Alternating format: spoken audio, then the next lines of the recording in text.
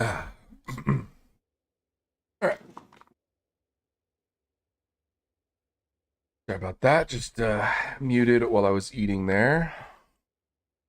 Um, yeah, this is my Boros artifacts deck that I've been working on. Trying an Elspeth in here since we're making tokens with manufacturing. This cares about tokens, draws cards. We can kind of double up on tokens quite a bit. It's also just a great card by itself as a win condition. So I wanted to try it out. I'm not 100% sure if we're actually using it.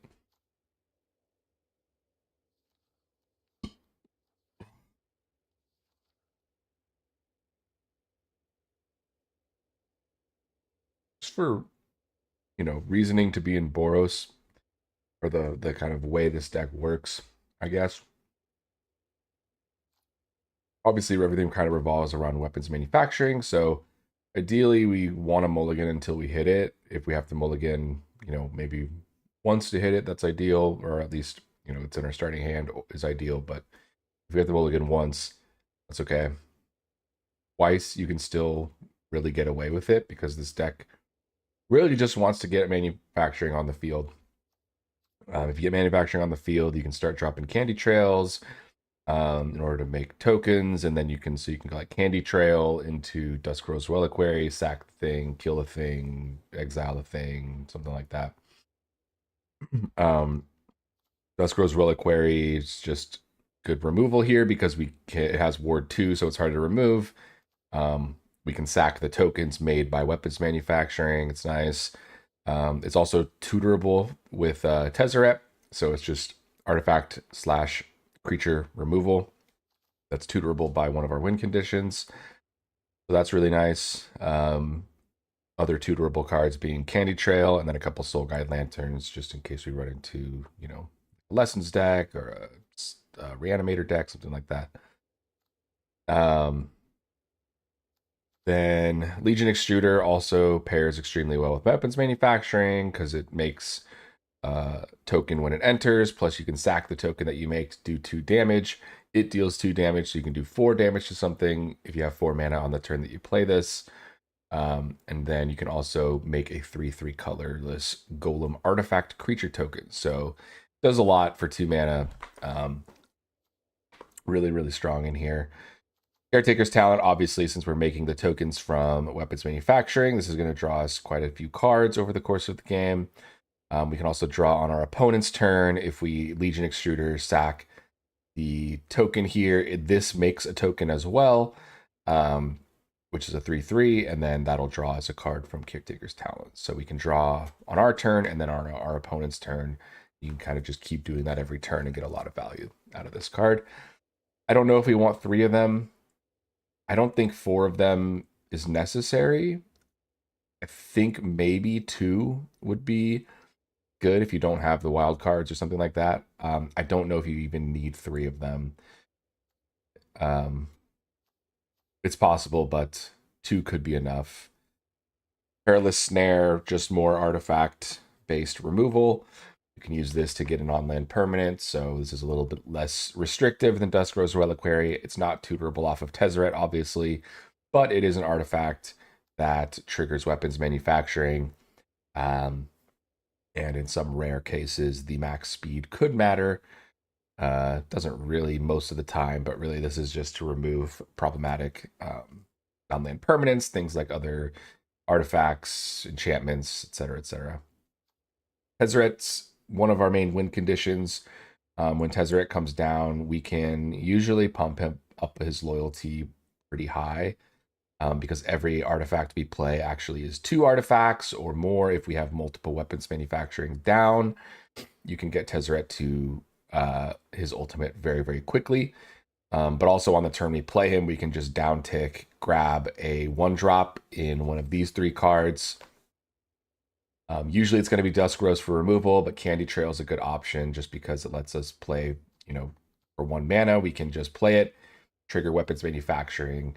It also gives us a little bit of life gain and card draw. So Candy Trail is just there kind of as like a little bit of filler, but it's sort of just the best, one cost artifact that you can play at the moment for this deck anyway.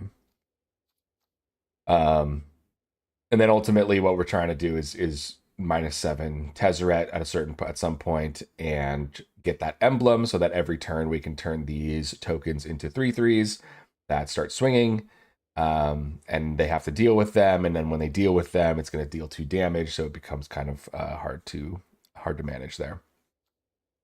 United Battlefront is kind of almost like our card draw outside of Caretaker's Talent. It's sort of just a high value card, since most of our cards in the deck are mana value 3 or less non-land permanents.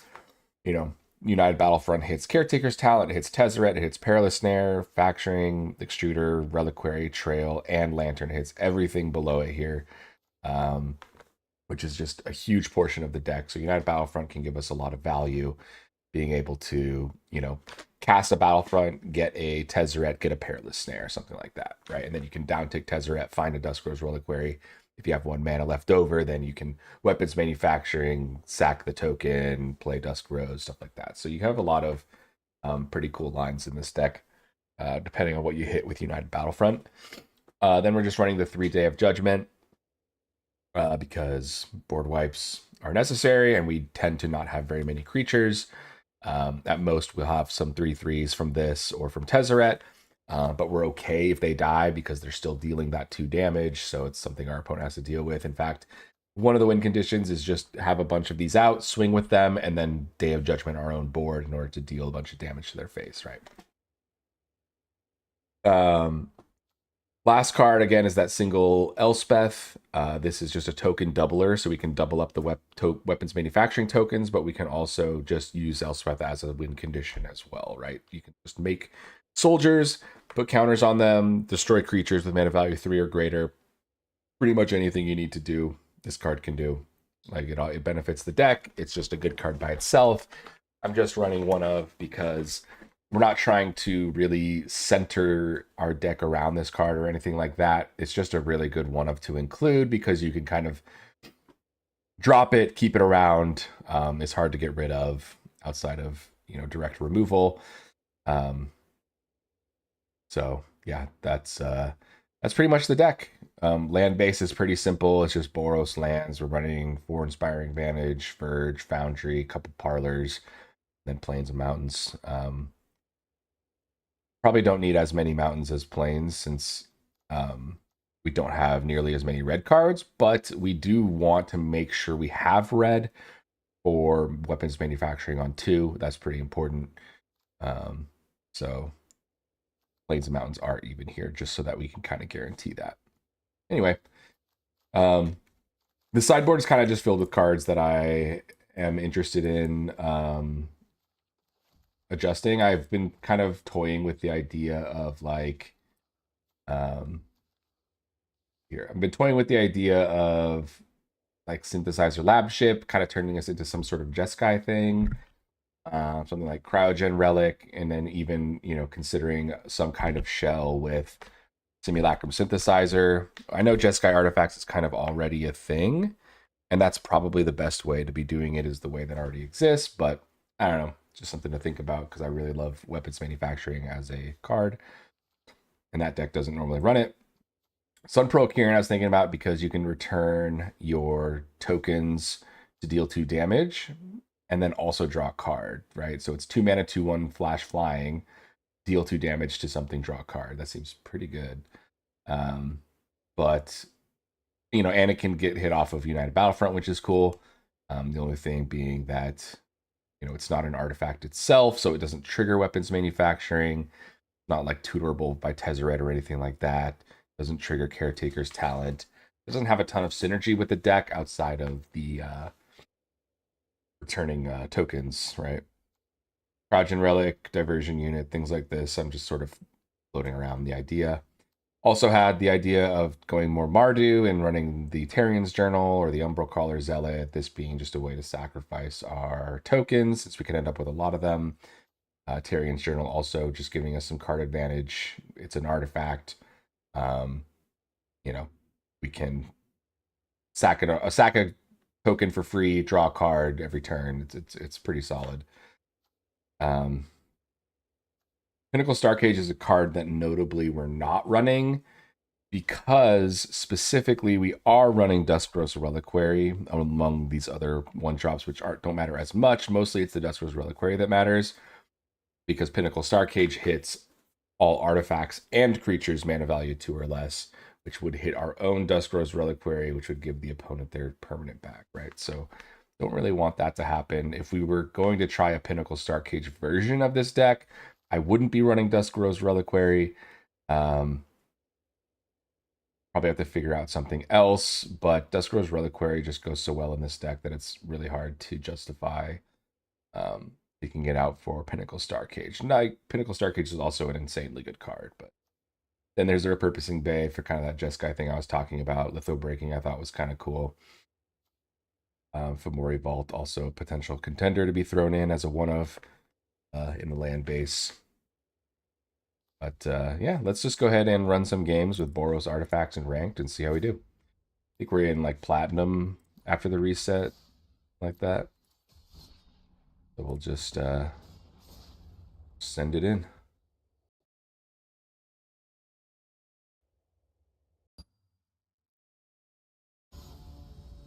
Send it in.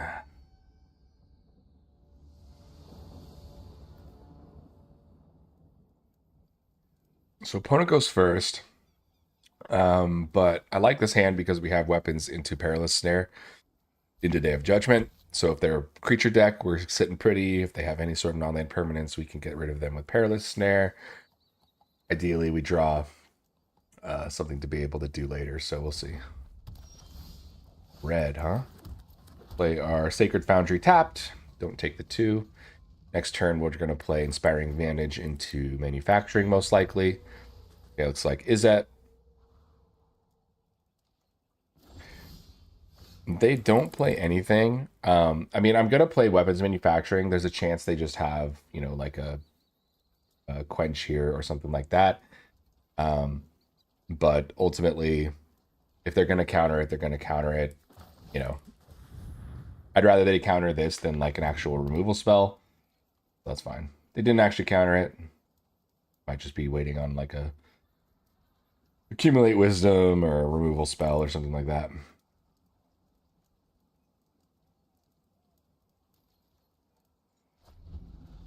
Okay. Time walked.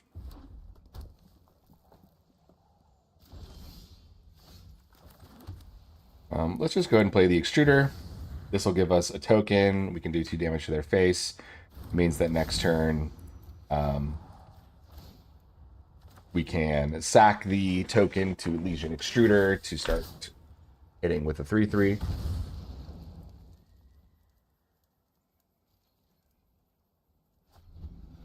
It still hasn't done anything. 4 mana. Monument. Sure. So we will just go ahead and snare that.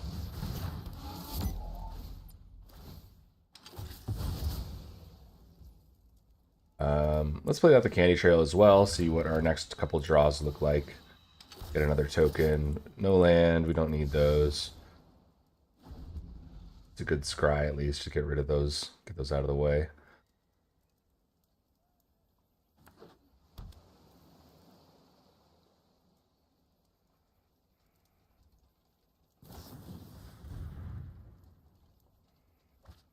It accumulates wisdom. Plays Gran. Alright, so this is where we just sack the token. Shoot Gran. Take a 3/3. And we can just chill. Maybe they have removal for our 3/3, but again, like, that doesn't matter. We have 2 more 3/3s locked and loaded minimum. Not to mention, we can sack Candy Trail, draw a card. Like, this is just... I mean, it's putting cards in the graveyard for him, which is, you know, lessons. He's got 2 out of 3, but Second Grand.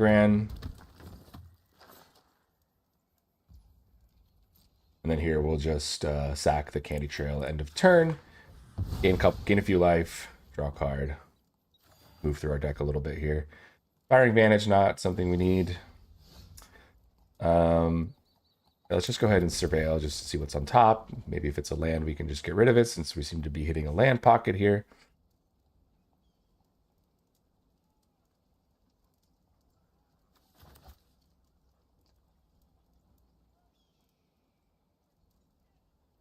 Of course, there is a land. Let's go ahead and sacrifice here. Shoot the granny. Make another 3/3.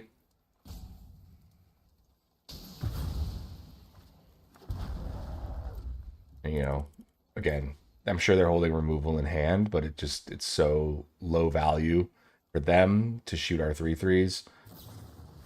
Like, yeah, they just had to kick a firebending lesson. So now if they accumulate wisdom, I mean, they're sitting pretty. But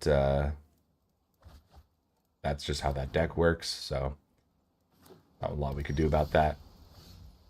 Perfect. Tezzeret is a great draw. So now we can Tezzeret. And minus Tezzeret, grab a Soul Guide Lantern. We can play the Soul Guide Lantern. And exile and accumulate wisdom.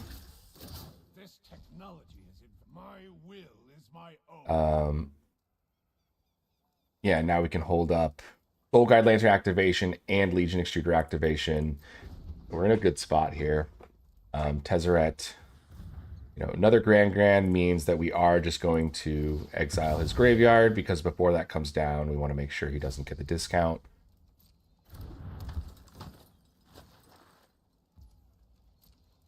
But then end of turn, we're going to sack our token, shoot Grand again. Take another 3/3. Tezzeret gets a counter.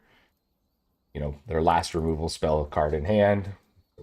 Looking pretty good here. It's like, who cares about that? It doesn't matter at all. Unfortunately, another land. But here's where we can downtick Tezzeret. Now we can start grabbing Candy Trails. We can play our Candy Trail. Get a couple counters on Tezzeret. We get a Scry. Extruder is probably fine. Let's just start doing 2 extrusions every turn. Or extrudes. Yeah, here we can just chill.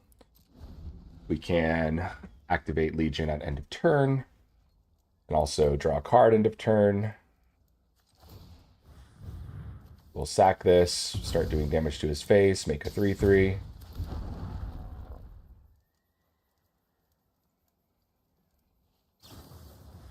Sure, again, not a problem. Sack and draw.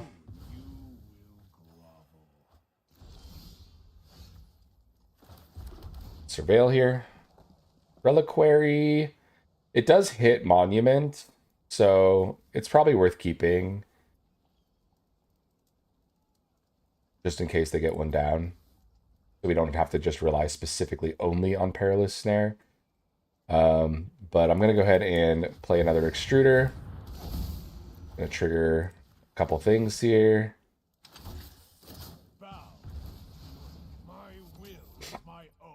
So we could Legion Extrude this, make a 3/3, and then Ultimate Tezzeret. I don't hate it, but it does mean that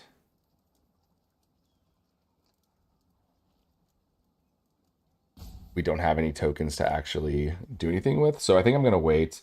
I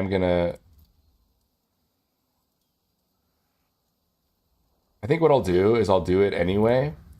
Make the creature. Shoot him. Make a 3/3. Put the counter on. But then I'll just 0 and make this a 4/4 for now. Next turn, we'll be able to ult Tezzeret and still keep him around. Yeah, he gets a land. Not looking good for him. And then here we go with the other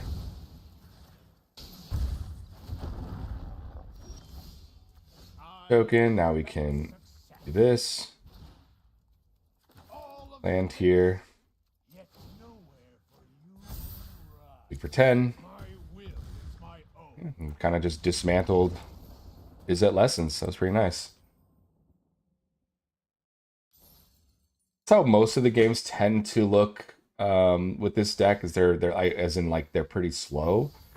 We're kind of just keeping our opponent in check until we can ultimate Tezzeret and just keep getting value off of things like Caretaker's Talent, United Battlefront, etc., etc. Um, keeping creatures off the field, things like that. It's kind of a Boros artifact control deck, really.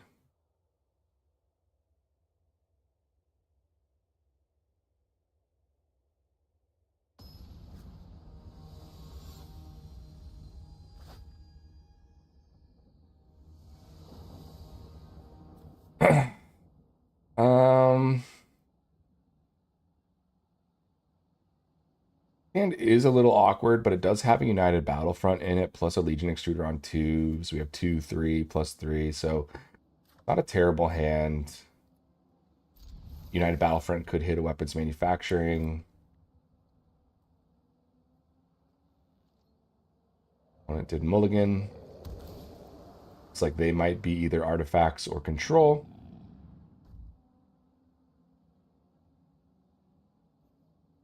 This deck, it doesn't do... Oh, interesting. Bant. Another Battlefront. That's our 4th land.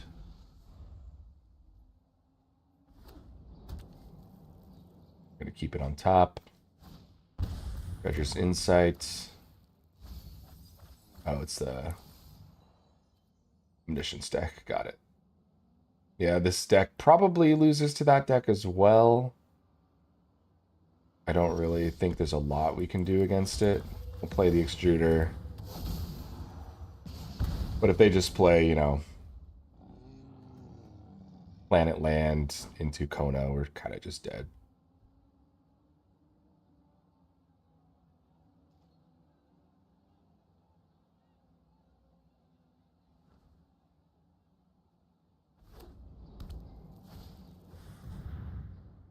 They stock up.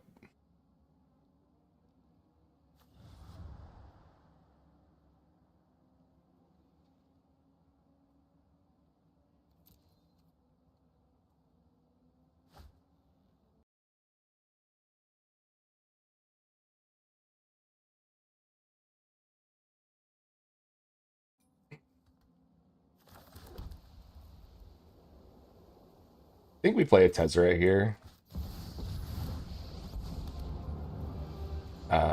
Purpose is clear.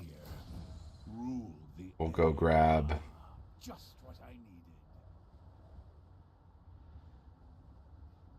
We'll grab a Dusk Rose, I guess, just in case. We can sack our Legion Extruder to it if we really need to. But next turn, we're probably just trying to cast United Battlefront. But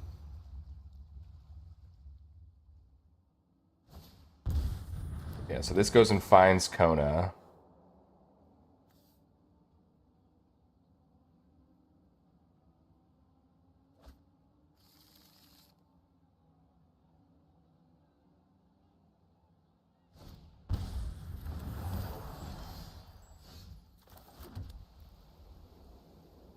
So the question is, I mean, they don't have a planet land in hand, or they probably would have played it by now.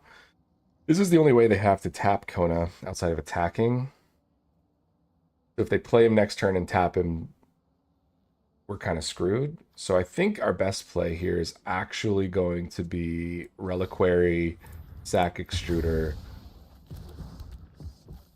take the Siriema. There is no system I can't improve. We could even just Perilous Snare the Phoenix down, since he could mill a Kona and then activate this. It enters tapped, right? So yeah, I think we don't want to have that happen, so I think it's best to just remove this. All too easy. We're going to zero him for no reason.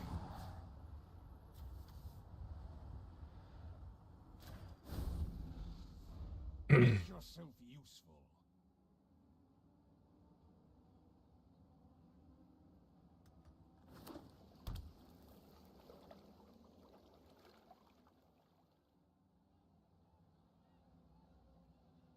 I wanted the Sarima under Dusk Rose just so that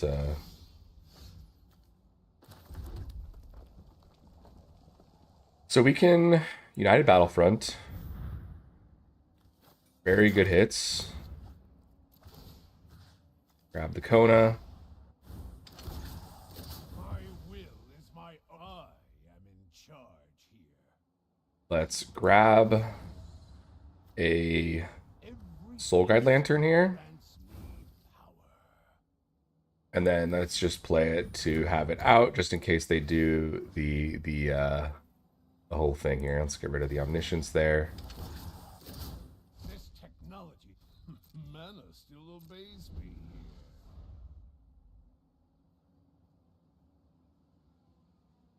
here. Another United Battlefront for next turn. Sure. I mean, they're probably returning what, like this and this, or the Kona. They can't hit the Reliquary. Yeah, that's got Ward 2. So they can get their Kona back temporarily. And their Phoenix down, but that's fine.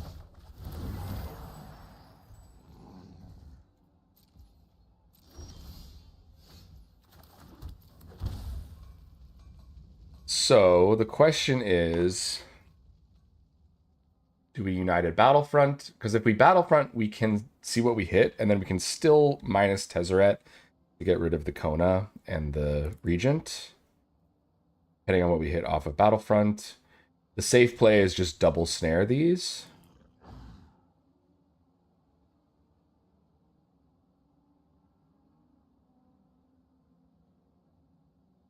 But I think I want to go for the Battlefront. It's got a lot of upside. For example, hitting a snare. Yeah, hitting a snare plus an extruder means we deal 2 damage to Kona. We grab the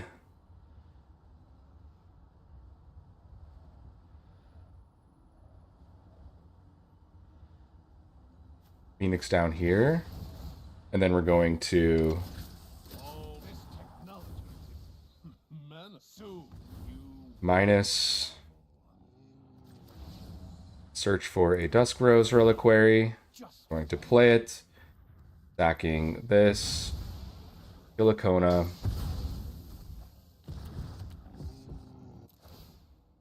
Take the Regent.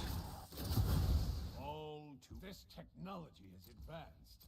And that way, if he casts or gets this Phoenix down back, we can still Soul Guide Lantern his graveyard. Pinnacle. So we are going to exile his graveyard.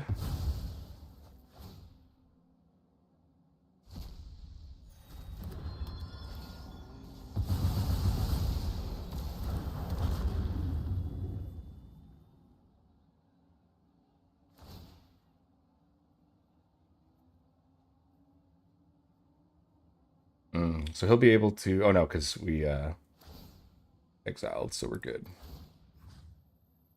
This is 2, 4, 6, 8 damage. Do I want to hit the Regent?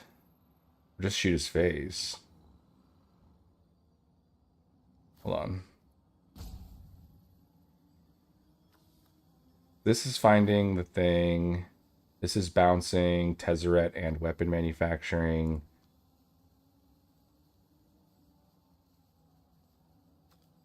2, 4, 6, 8.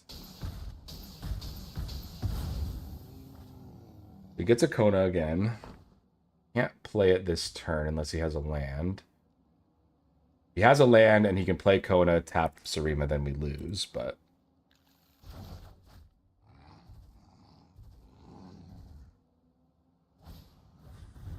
it didn't have the land.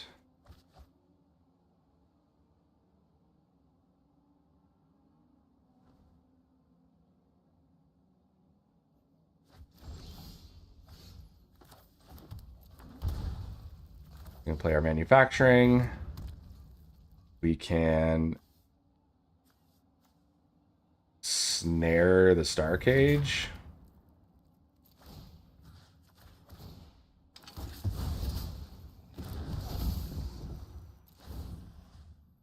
Do damage. Grab the Sarima.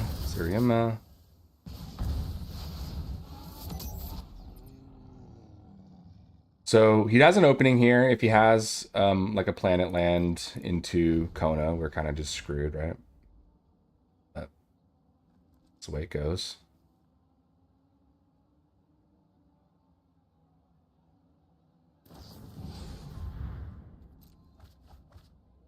Draw 3, discard.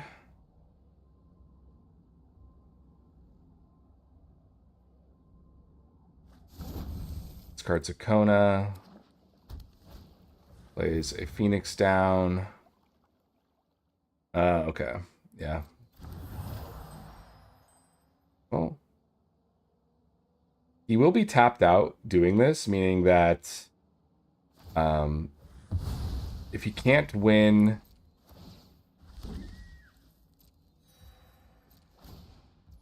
yeah, so put your Omniscience down.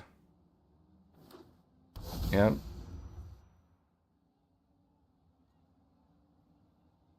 Gonna draw some cards, probably draw his whole deck,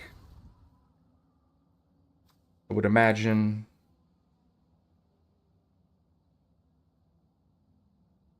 But they don't really win at instant speed, so if he just ends up...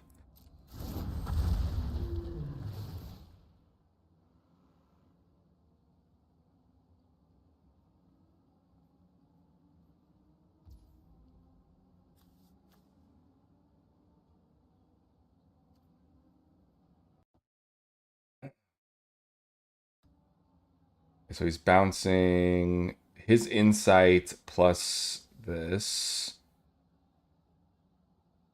It doesn't really matter. He's going to be able to brew Sarima. That's fine. Yeah, it's not the worst thing ever. I mean, we get to do 8 damage again.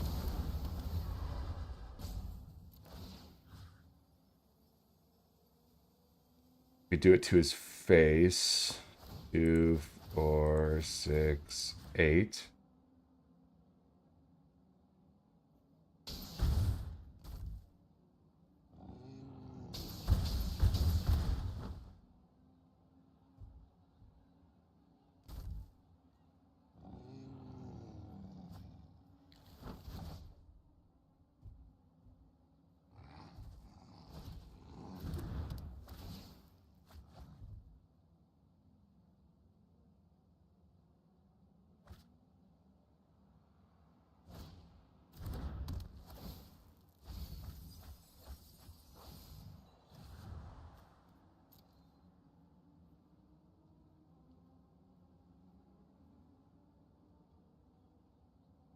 It's a planet land. Okay, did get a stock up. That is a ban. Immediately.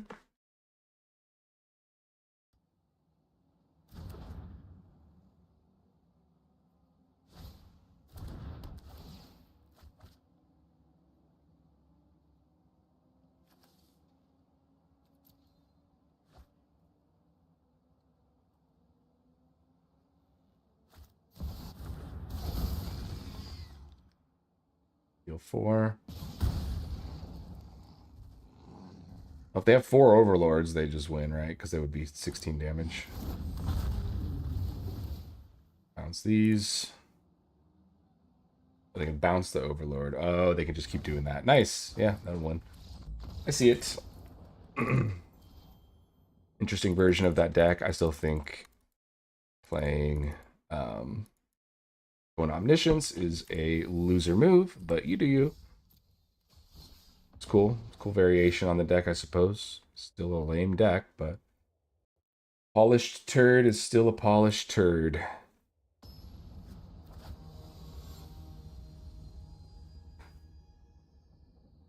And our deck is really weak against that deck in general.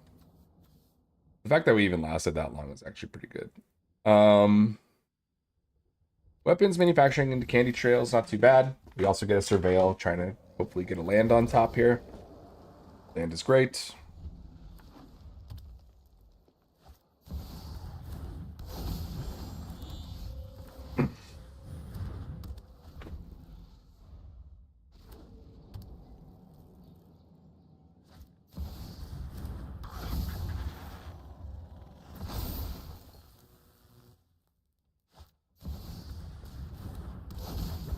Elf into elf. Yep. We'll grab the Badger.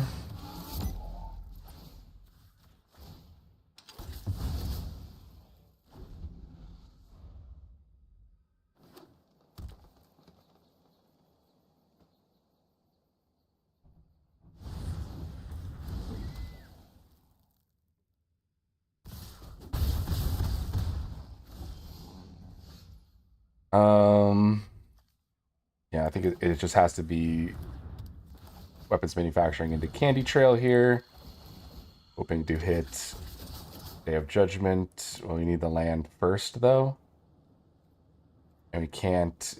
Day of Judgment doesn't get hit by the battlefront. So we kind of have to do this, which feels really, really counterintuitive, but we can kill a lot of their things off of a battlefront. We hit the right cards. Oh, and now they have infinite mana. Okay, they just Craterhoof on their last card. Or a Bramble Familiar or something. Yeah. We got the Aruberoid.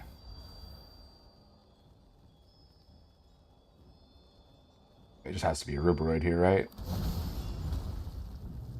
Again, I couldn't keep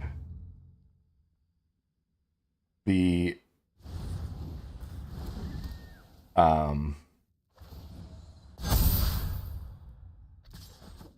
Day of Judgment on top. I didn't have the mana to cast it, so yeah, unfortunately, probably just dead here, but we'll see what we hit. Hit a couple things, but nothing crazy. So we'll take the Aruberoid. I think we are just dead. I think we are just dead.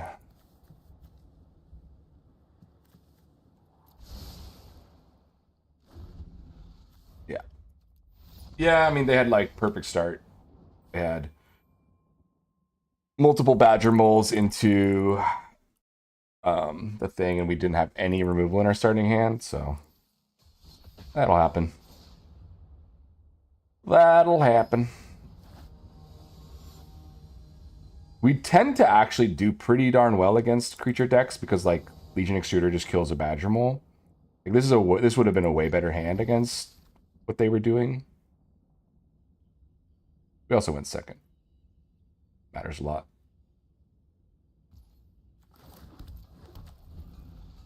Play the Foundry.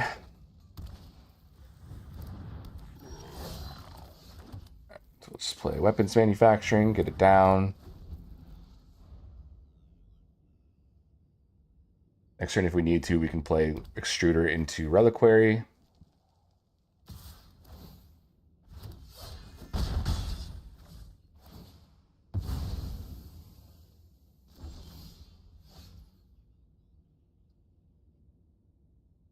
So let's go Extruder.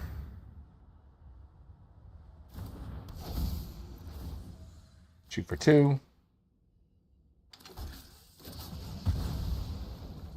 Alright, and then I think I am going to shock this in so that I can play Candy Trail and get the Scry. And make another token. Second Candy Trail we don't need. Another Reliquary we don't need. Just looking for a land to cast Battlefront, really.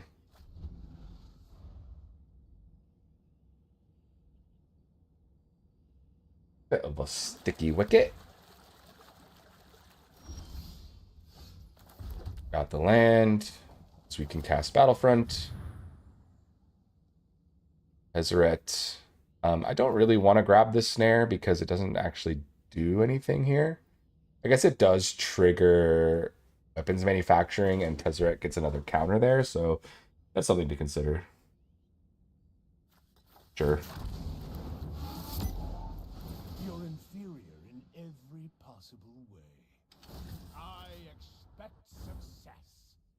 My will is my own. Not really a need to activate Tezzeret right now. I mean, they could just kill it with a Get Lost or something. I don't really know what they're doing over here. It seems like tokens or something. But yeah, looks like they have a Helix into maybe another Helix, You've made a dangerous enemy. which, sure.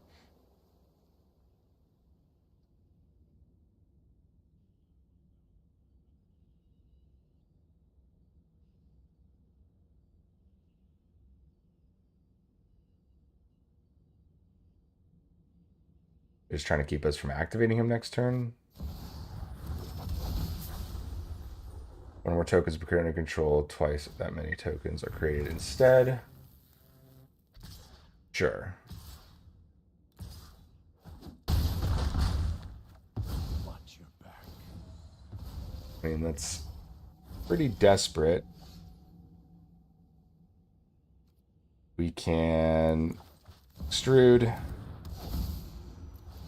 Get one of these. And then hold up another activation of it or a candy trail activation.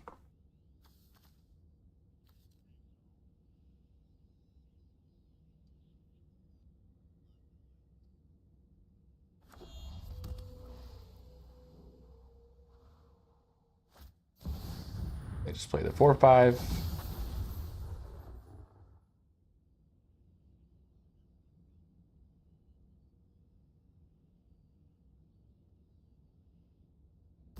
I think if they swing for one, I'm just going to Candy Trail. I'll take the one and then activate Candy Trail.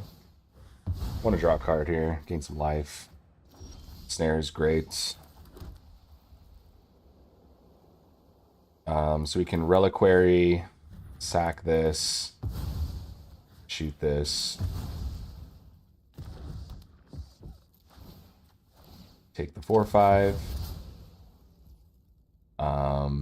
I'll hold up double extruder activation.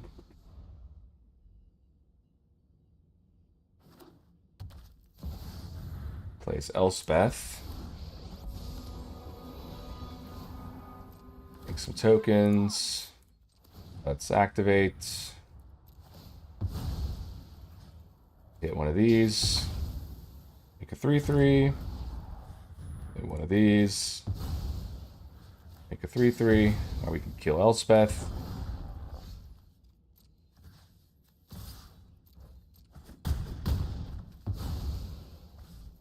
We can United Battlefront. Grab. Yeah, we're gonna grab another weaponsmith plus a caretakers. That was gonna get out of hand pretty quick for them. Good game, good game.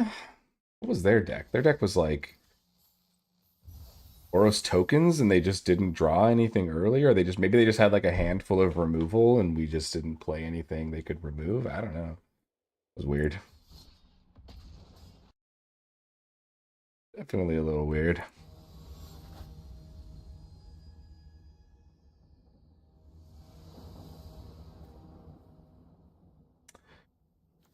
Manufacturing with Reliquary and Candy Trail, so decent hand.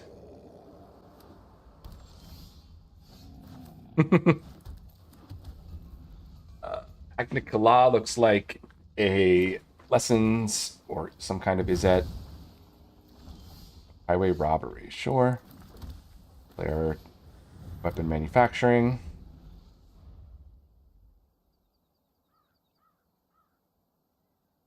Even if he drops a monument here, we're fine. Founder Penta.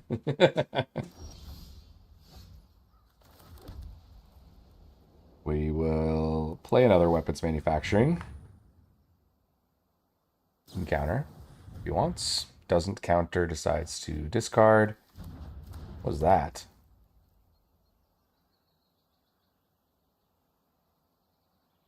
Interesting. Then we'll play our Candy Trail, get a couple tokens, get a Scry. Don't need a Day of Judgment. Caretaker's Talent could be good, but I really want to just hit a land. Land into Tezzeret would be great. Accumulates Wisdom. Maybe should have done this first, unless he just didn't have a lesson in hand, which would be unlikely. So no land is bad because it means now that we can't Tezzeret into a Soul Guide Lantern and play the Soul Guide Lantern. Um,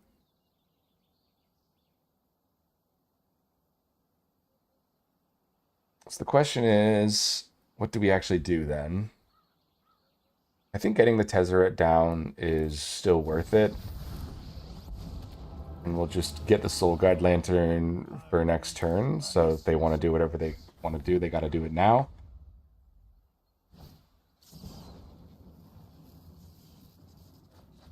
Oh, discard Omniscience. Interesting. They can just cast it from their graveyard now or something? Oh, yeah. Okay, sure. I'm not going to stick around for this. Really not interested in that. But haven't seen that before. Yeah, so because we didn't get the land, we would have actually been able to completely stop what they're doing there if we drew a land there. But unfortunately, I think we had two lands in our starting hand, and those were the only lands we had. We were on the draw, so we drew once, didn't see a land. Drew for a second turn, didn't see a land. Then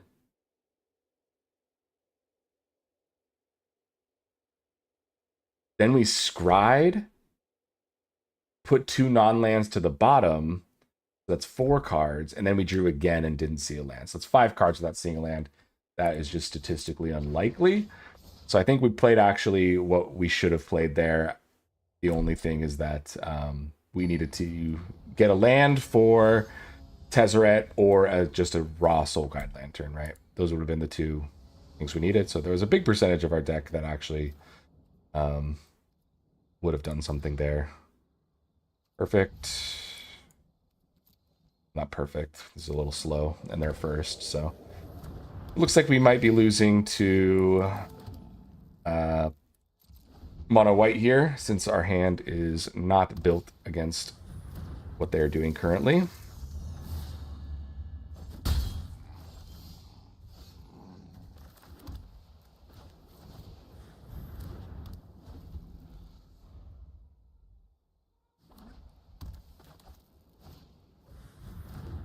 Yep. Yep.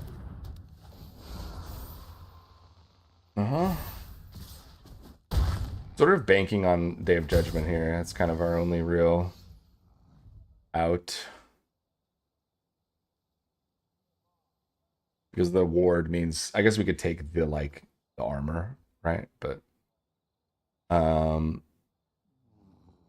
think what I want to do here, we have the land for Battlefront.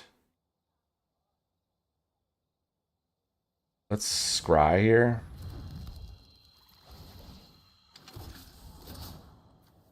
Neither of those are going to do it.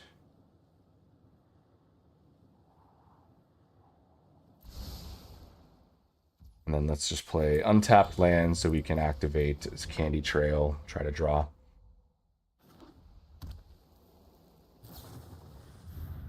Yep. Could be dead this turn. It's entirely possible. Another ethereal. Looks like maybe they just have land in hand, but we are still very close to dead.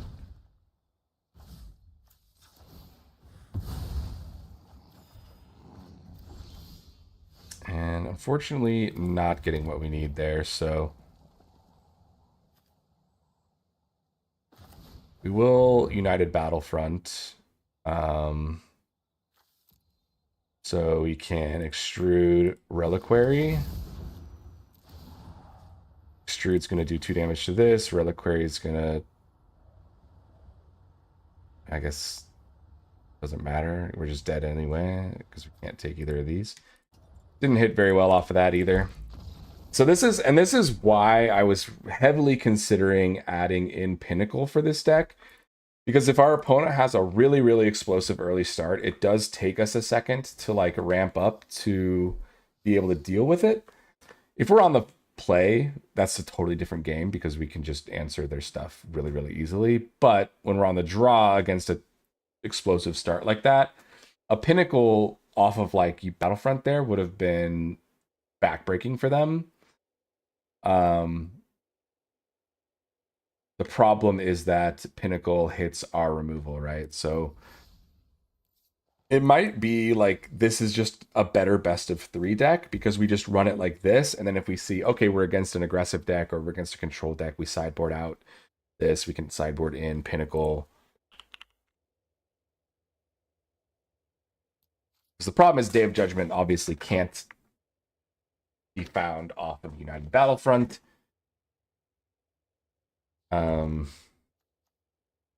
But if we play Pinnacle Star Cage, then we can't play Dusk Rose, which like in turn basically means there's not really a point to playing Tezzeret because Tezzeret's primary function is to search for Dusk Rose.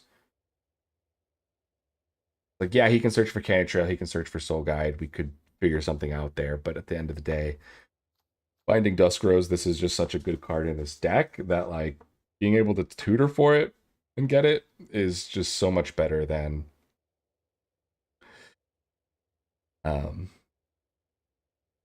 playing Pinnacle. I don't know. It does feel really hard, right? Because Pinnacle gets around a lot of things that Dusk Rose gets stopped by. But Tezzeret is one of our win conditions, and he's really easy to make go off. Definitely hard to know exactly what we should be doing here. And it's not like there's like basically what you do is you take out Dusk Rose Reliquary and then you put in like you take out Dusk Rose and and then you take out like Tezzeret, right? Because at that point just Tezzeret searching for a candy trail is like not really where we want to be most of the time. Like sometimes we do that because that's what candy trail's in there for. It just kind of gets us through our deck. We get the scry, we get the manufacturing trigger plus Tezzeret trigger. But having Tezzeret in here just to do that doesn't feel very good. It's like playing Tezzeret on turn 4 when you have a mana open to be able to Tezzeret plus Dusk Rose is a big play for this deck. Because a lot of time you can kill 2 things, right? Because you're sacking a token, do 2 damage to a creature, and then grab their other creature. Because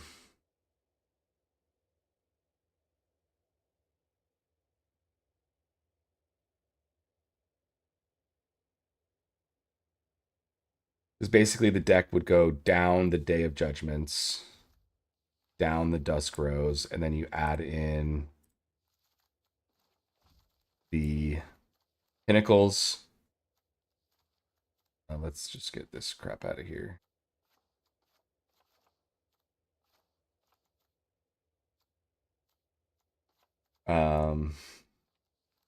Take out the Dusk Rose Reliquaries.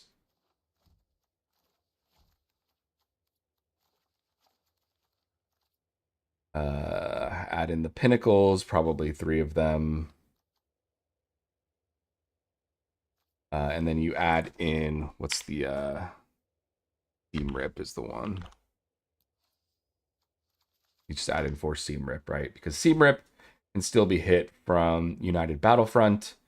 It unfortunately doesn't trigger weapon manufacturing, but it is still an early play that you can do that exiles. So, we're taking out the Days of Judgment and replacing them with Seamer basically, and then adding an artifact here because we took out the Dusk Rose, right? So this is kind of how it would look with this setup. Because like Pinnacle Starcage hits Legion Extruder, right? Which does kind of suck. But at the end of the day, a Legion Extruder inside of a Pinnacle Starcage isn't the worst thing ever. It means that if they remove the Pinnacle Starcage, our Extruder comes back out and we get to do 2 damage and have access to it again.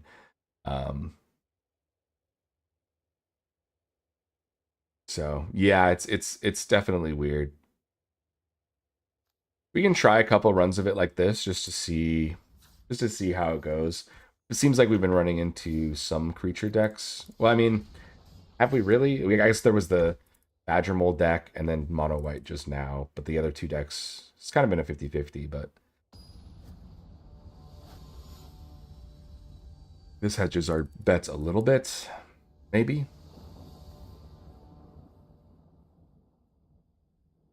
Yeah, see, like this is an okay hand. It's just like Seamrip you can't find with Tezzeret, right? Which is fine. I mean, we're not, you know, Tezzeret's here. We just don't have our enabler. So this is better. This is definitely better. We want all these cards.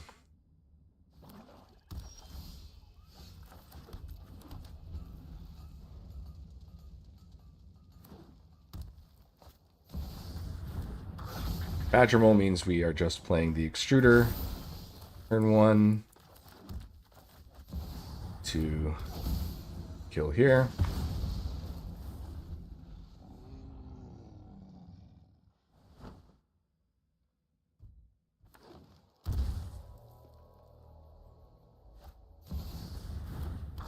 Yeah, why wouldn't they have a second Badger Mole?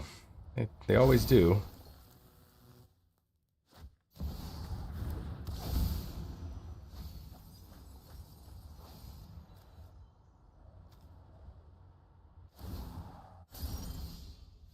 Turns his other Badger Mole.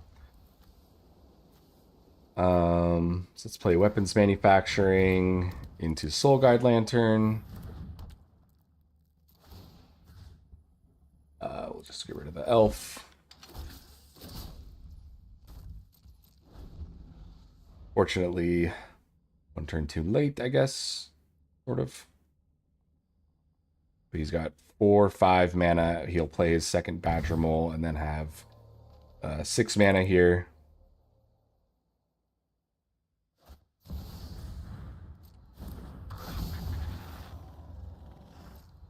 So now what we're looking for really is the Pinnacle off of the Battlefront. That would be the best thing our deck could do here.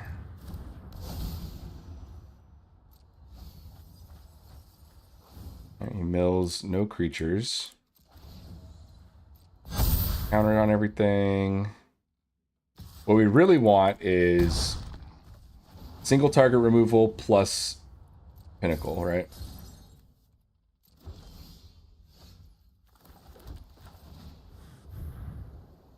We don't hit Pinnacle. But we do hit Snare plus Seam Rip, I guess.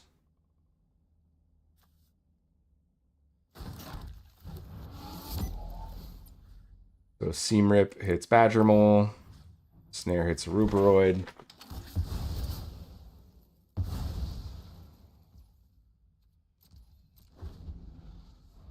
Still getting whacked for a lot here.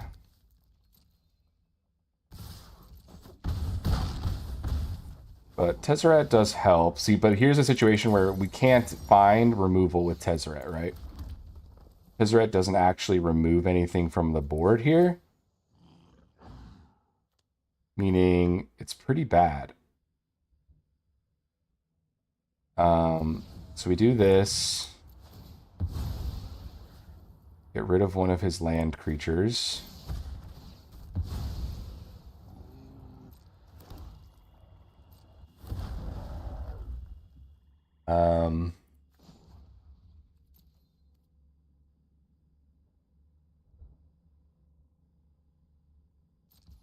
Yeah, like there's just like not really a point in playing Tezzeret here now.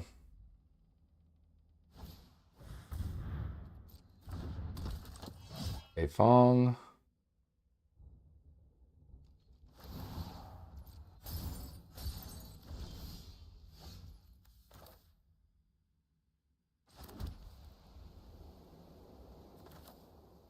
Because now it's like if we had our tutorable stuff from Tezzeret, we'd be in a much different position here. But we can really only get Candy Trail. And that just doesn't feel anywhere near as good.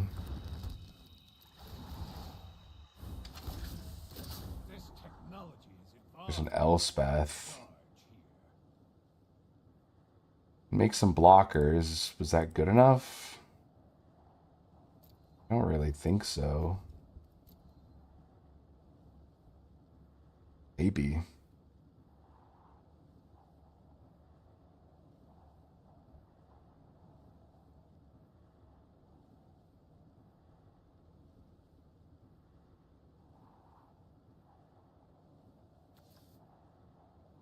Hmm.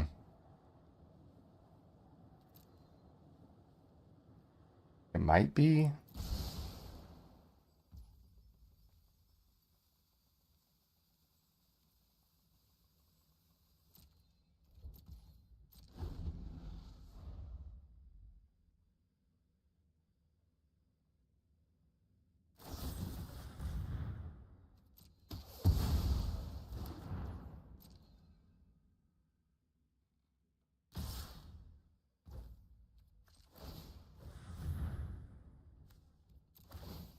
We sack this, kill one of the lands.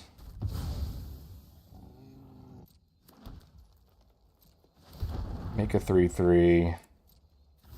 Block here.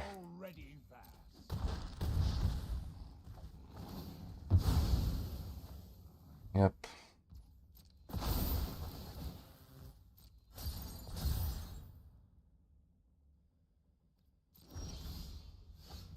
Yeah, it's like we know we're drawing Elspeth here, but I don't actually think it's enough. Didn't draw land.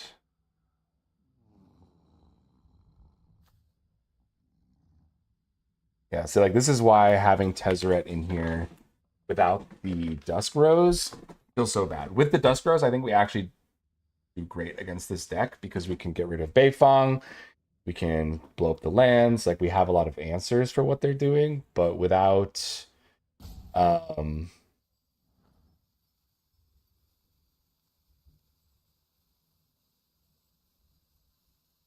yeah, like no land is so bad.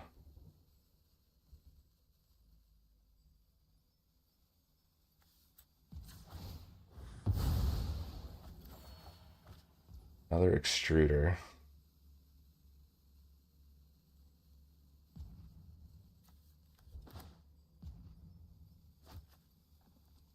Yeah, just dead. And I just hate this version of the deck. I like it has so much potential with the pinnacle, but like it you can't rely on it nearly as much. I just think this version without pinnacle plays a lot better. We just add the judgment. Why does it just not like add it to the deck and it just removes it? It's so dumb.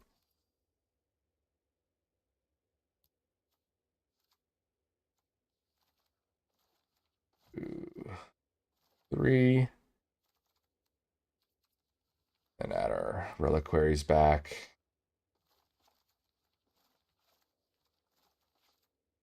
I think this version of the deck is just a bit better. We'll run it this way for now. There's changes we could maybe make. We'll see.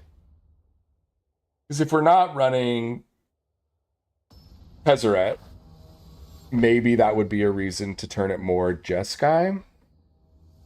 That would be kind of interesting.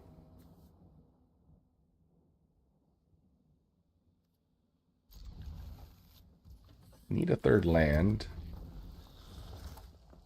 We have double manufacturing.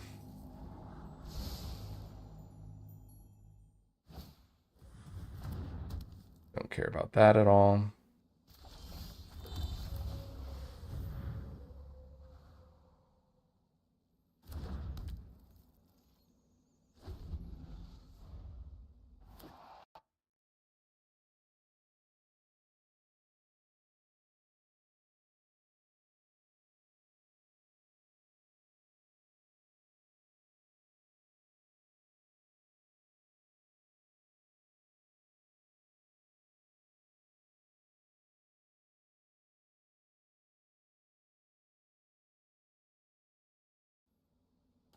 Did get the land. That's nice. Now we can play a talent.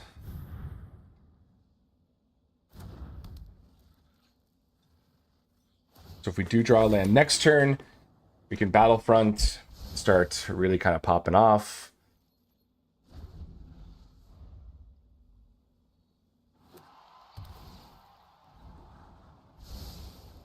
Seems like colorless, like some Ugin thing going on here. Probably. No land, so let's Candy Trail. Scry first. No, no, we do want to land.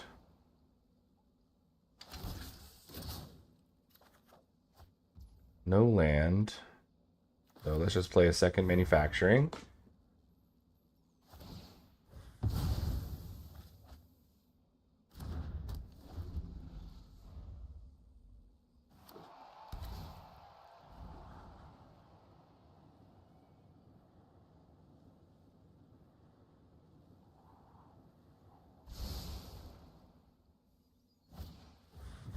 Simulacrum.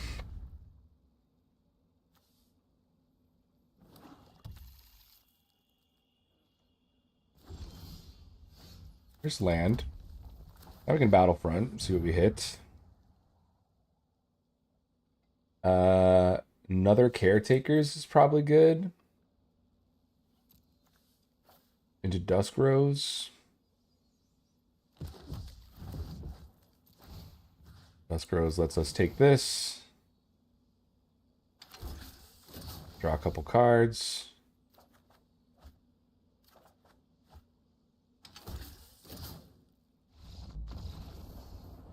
They don't like that.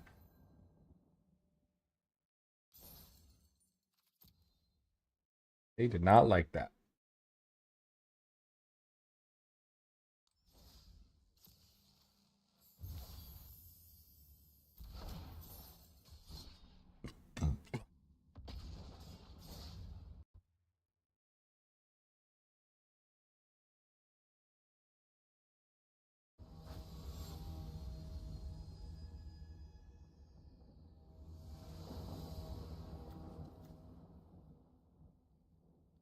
Not too bad here.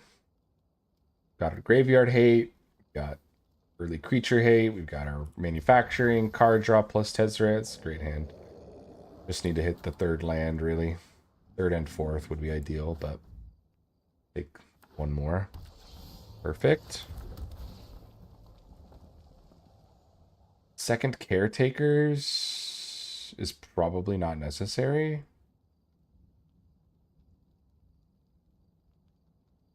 But if they deal with the first one, a second one would be nice. No, might as well keep it on top.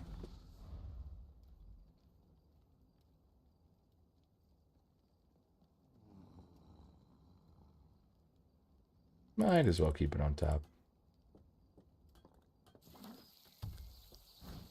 Playing allies.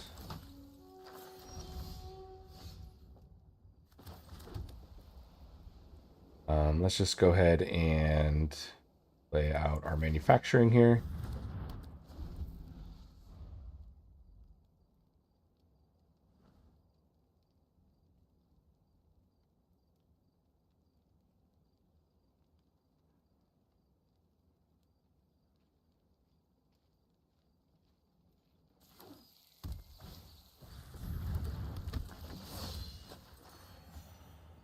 Tara, it's kind of scary.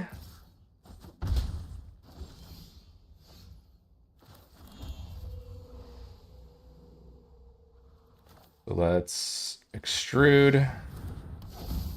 We will hit the Voyager. And then play the Soul Guide just to get another trigger.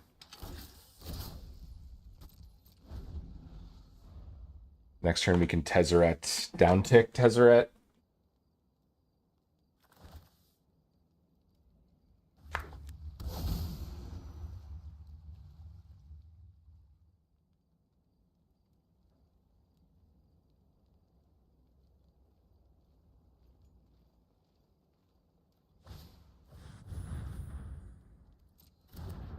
Okay.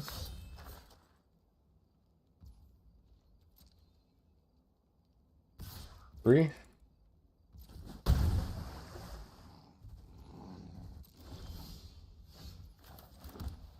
So let's play Tezzeret.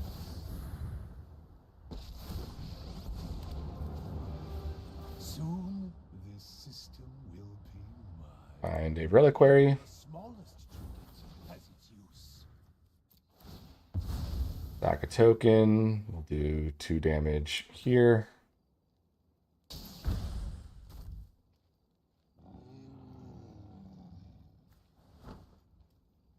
I think I am going to just take Katara. I think Katara is like the bigger threat.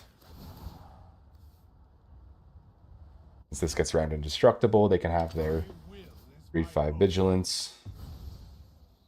Mana still And evades he me. will kill Tezzeret, but that's okay.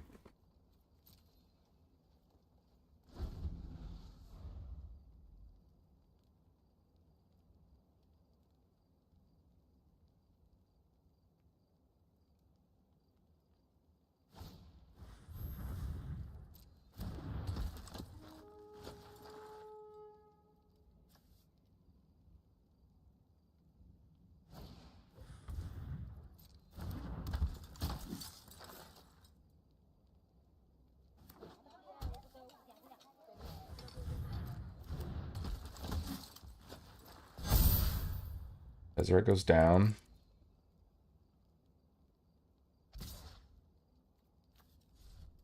Yeah, you're going to want to swing at Tezzeret, my friend. Yep. This loss is of no consequence.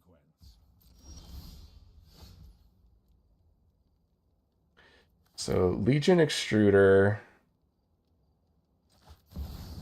will target the lieutenant.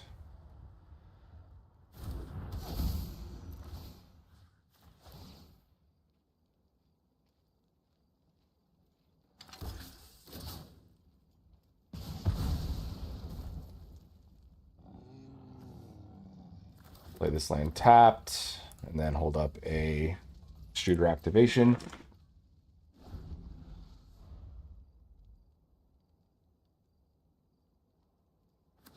Not looking great for us, though. Not getting our Caretaker's talents down. Just never had a chance. Feels pretty bad. An ally token. So we'll sack this. We'll do 2 damage here. So that's fine, right? Because we'll take 6, but now they don't have their defender guy. There's Day of Judgment.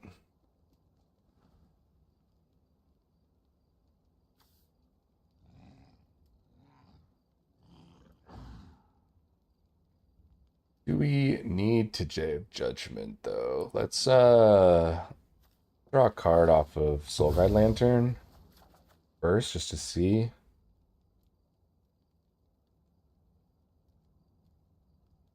Yeah, so let's swing.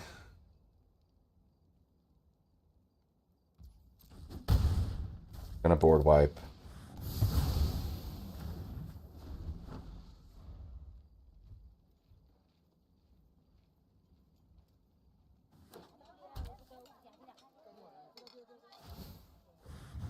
Make a token.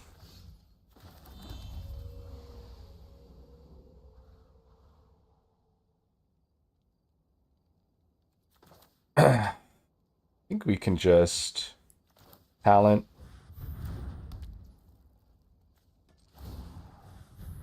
Sack. Deal 2. Draw a card here. Anti Trail's nice.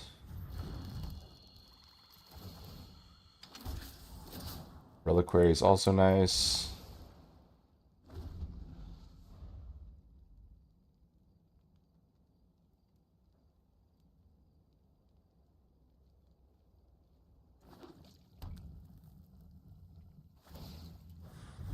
Make another 1/1.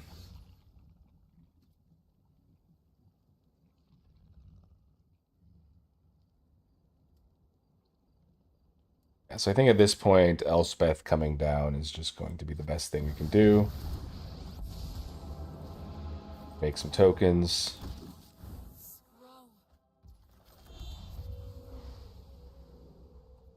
Going for 3.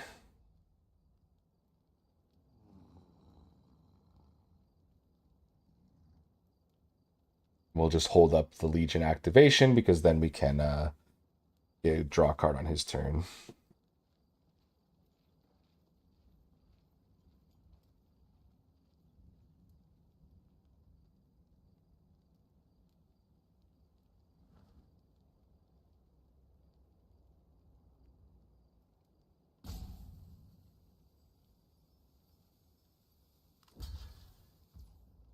On blocks. Fine.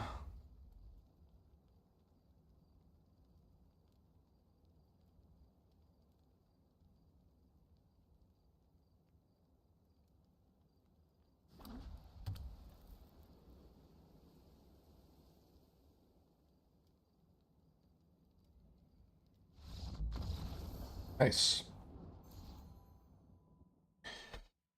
Nice.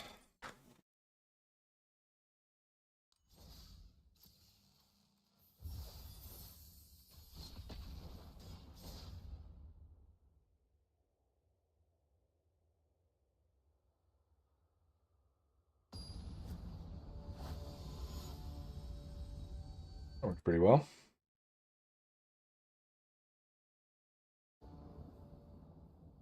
This, I mean, we have extruder into, so we have like early creature removal into anything else removal, and then double battlefront. I guess that's a keep. Oh, they're gonna have the gosh darn badger mole, huh? Yeah, it's the classic. How they always have it. Oh, Bristly Bill. Okay. Looks like they maybe have a protection spell. Yep. Sure. Chocobo.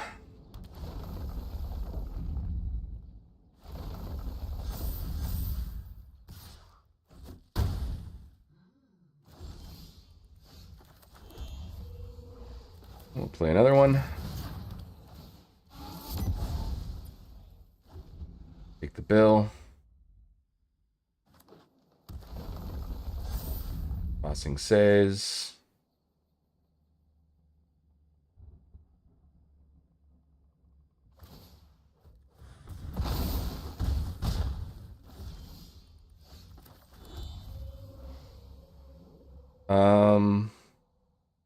It's sort of like, well, it doesn't really work.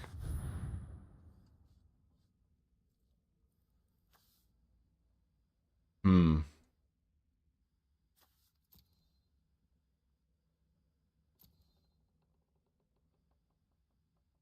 I think it's just double manufacturing here.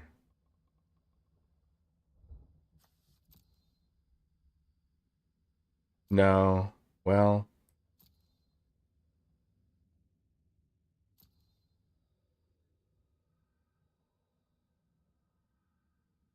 maybe like manufacturing plus soul guide. I want to keep Tezzeret around, but unfortunately, I don't think that's going to pan out.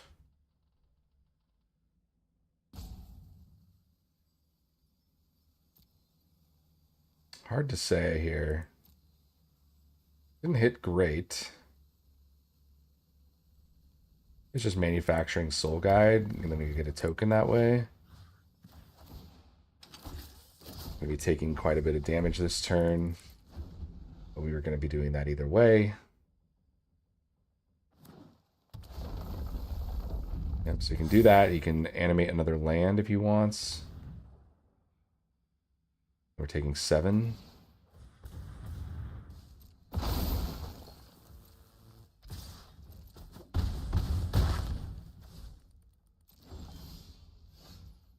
Vantage doesn't do anything, so we'll Battlefront. Grab.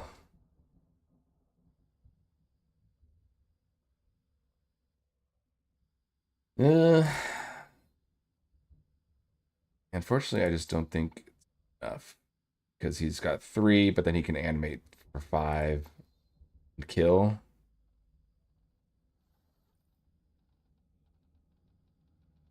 Yeah. Yeah, just getting stuck on lands again killed us. It's too bad. Again, we really do. It doesn't look like it because I just keep stumbling on mana, which is just such a common thing for me. I don't know. For some reason, I just have such a hard time getting more than 4 mana in this deck. And I'm running, I don't know, what is it? 24 lands? Maybe I need 25? I don't know.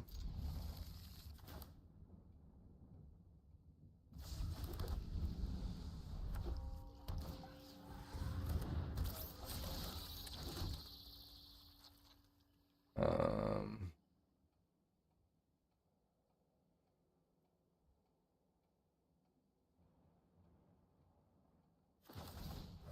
Maybe we'll just get this down. He plays Badger Mole, but we're on the play, so no Badger Mole, so that's great. We get to snare, take the Weaver.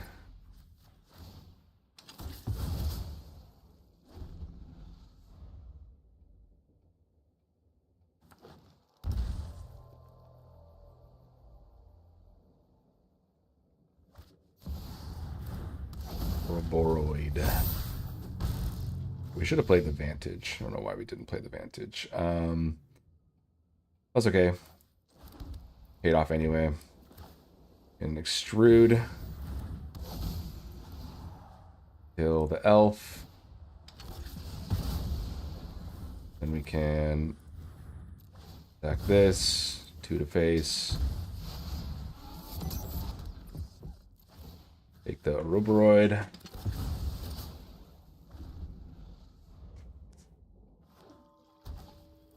Weaver.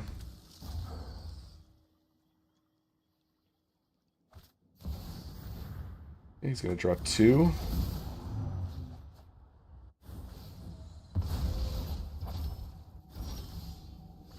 Land is great.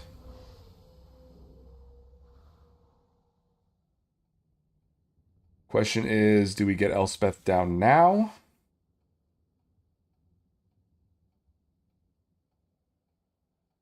I think so. I don't really have a way through the tokens currently.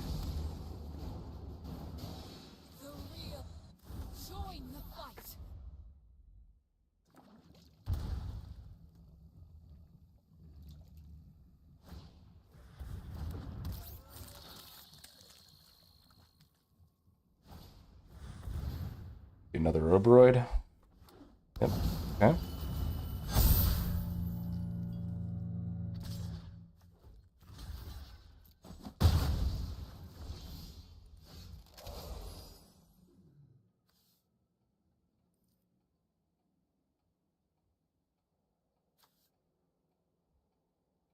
We can destroy here.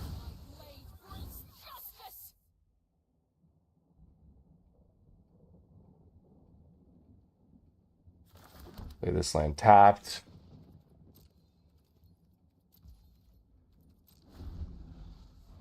Legion Extruder will make 2 3/3s. It's fine.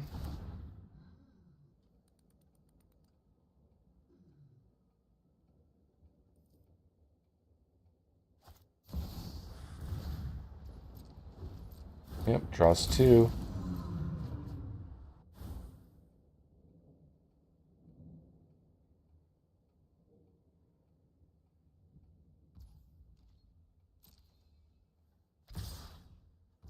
Goes to attacks. We will extrude. Do 2 damage here. Then we Block, block.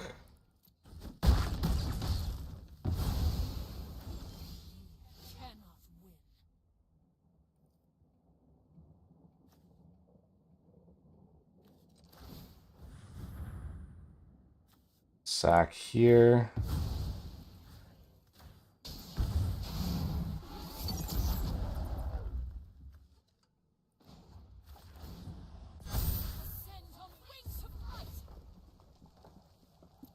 The land out of there.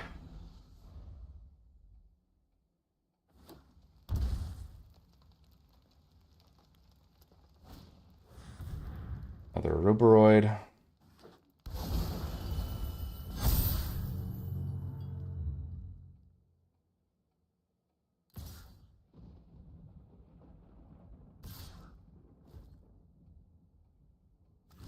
Block, block. Ooh, the lands are killing us.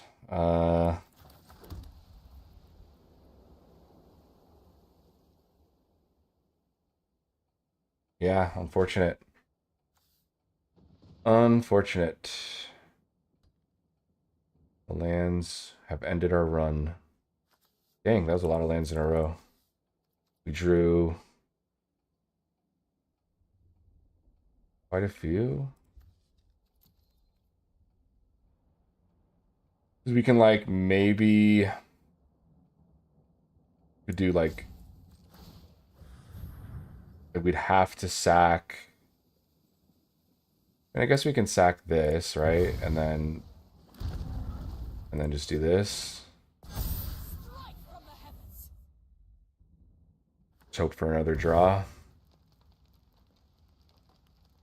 You can just get another Aruberoid out. Yep. I think it's their last one.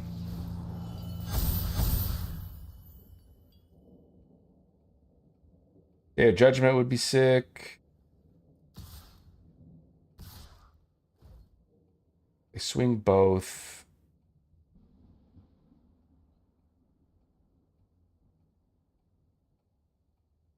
Hmm. I mean, at this point, I mean, yeah, Elspeth's really kind of our only chance of staying in this game at the moment, but we just draw another land. That's too bad. That's too bad.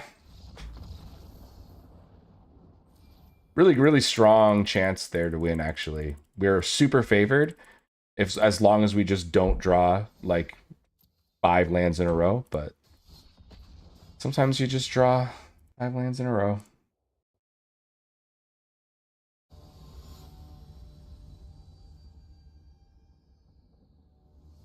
Dang, we even surveil the land away. That's crazy. That is crazy.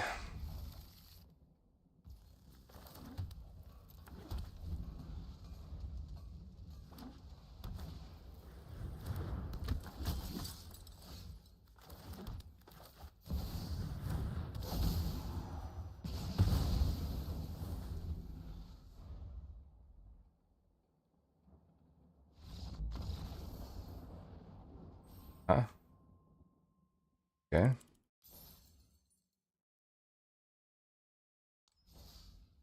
Okay.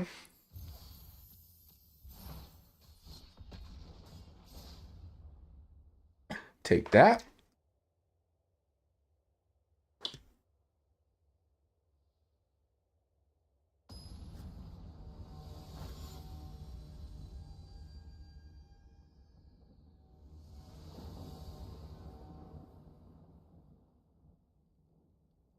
It's a decent hand. Oh, okay. Color. Could be worse.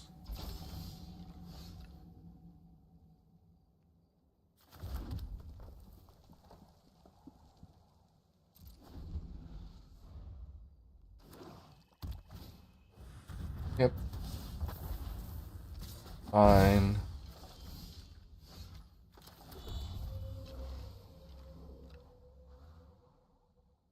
Play the manufacturing because now we have the extruder into reliquary play.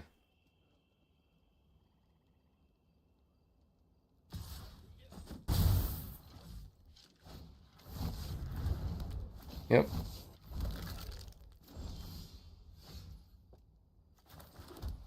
Extruder gets to kill the 2/1.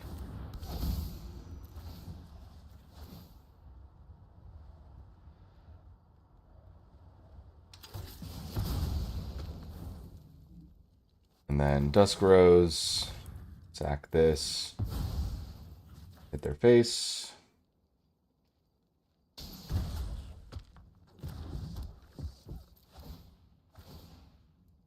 Exile the color.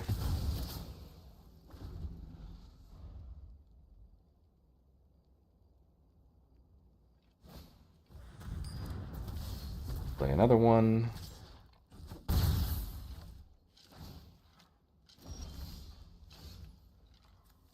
Let's go ahead and look.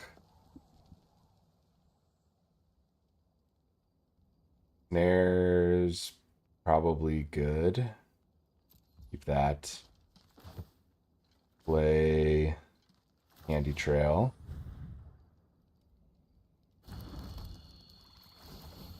See what our next card after that is. Yeah, I think we want this now. Because then we can go land, Battlefront, hold up a mana in case we hit Tezzeret to down tick cast Reliquary. So it's pretty good. And now we can hold up a Candy Trail activation or an Extruder activation.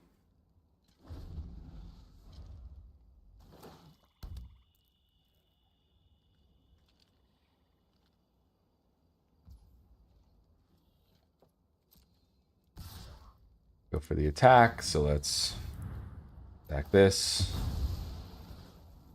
Do 2 damage here. 3/3.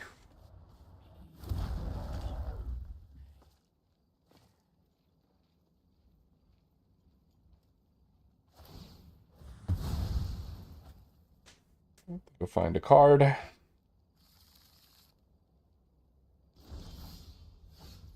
Okay.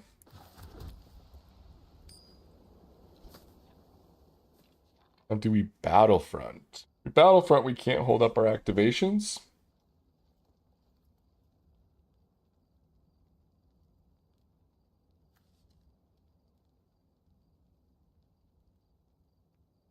Maybe we just play manufacturing and hold.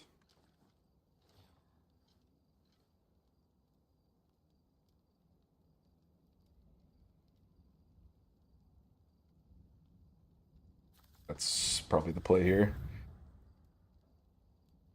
I'm not going to swing for 3. I want to hold it up for his hasty guys. He probably went and found the case, I would imagine.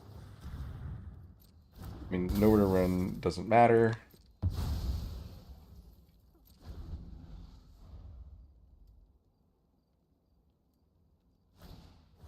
Yeah, exactly. Corpses of the Lost. Color. Goes to attacks. We get to sack this. Do 2 damage here. Block here. Send if they want. Sure.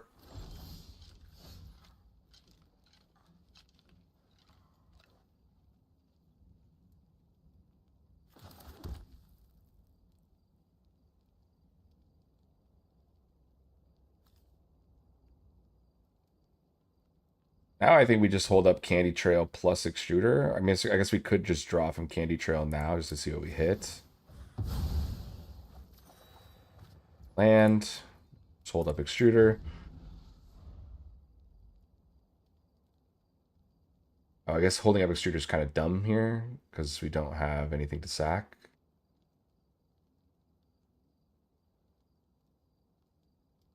Think about that. But next turn, we can just shock in our land, United Battlefront. We should hit something good, hopefully. Corpses.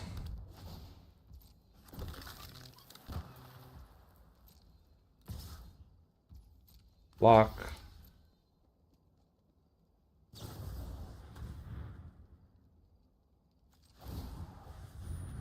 Attack this. Let's go Battlefront. Tezzeret Talent. Minus Tezzeret. Span the stars. Every piece Yeah. grants me power. Yeah.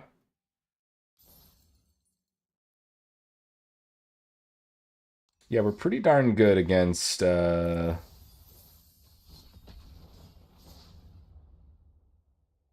black aggro decks.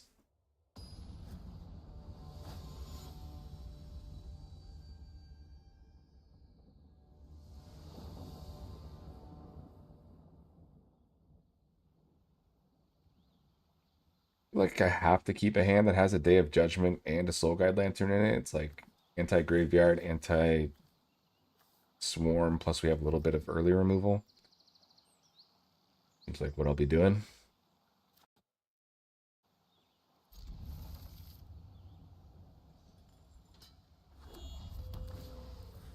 It looks like another aggro deck. Don't really need a candy trail.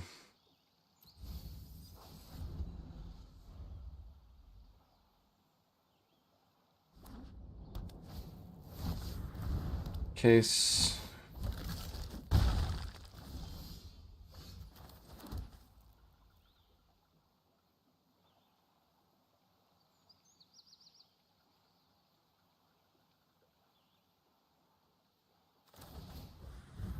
And I have to play this.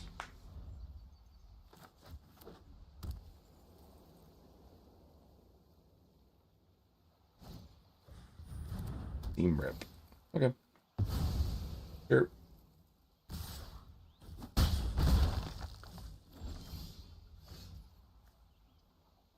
Uh,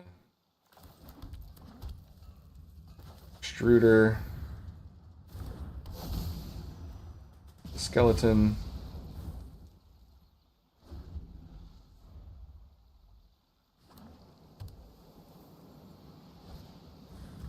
Corpses, so we're taking 6.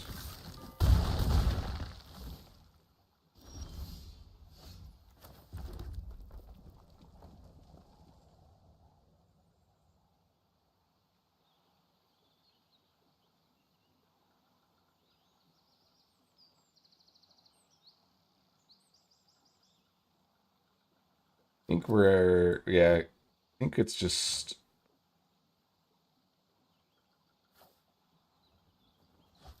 Day of Judgment, honestly.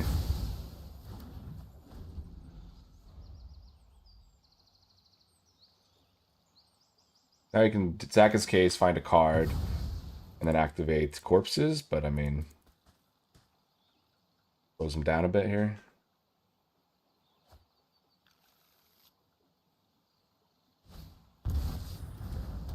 Yeah, goes for another case.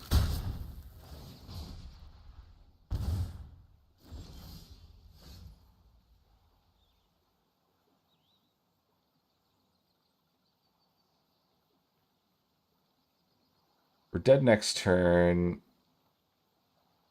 to like corpses something else.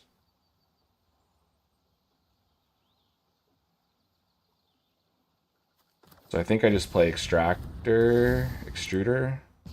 and then we just use the extruder to sack the other extruder, make a 3/3.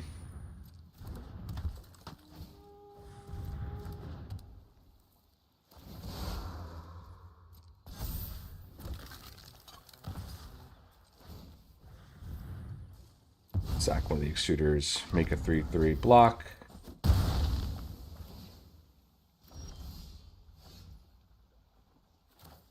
We'll do it again.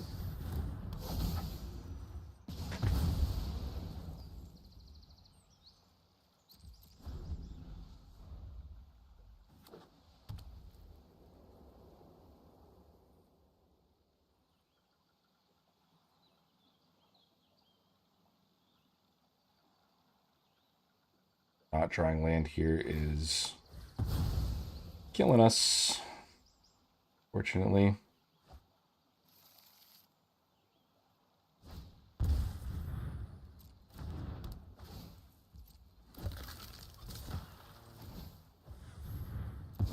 Stack the extruder, block. So put both of those back.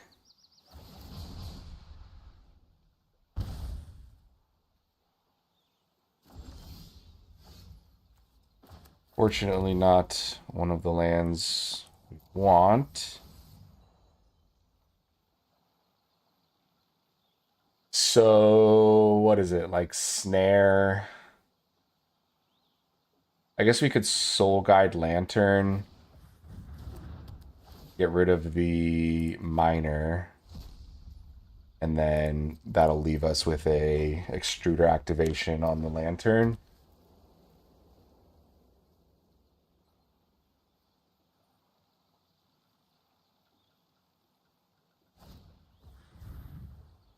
Seam rip on the extruder. So we do this.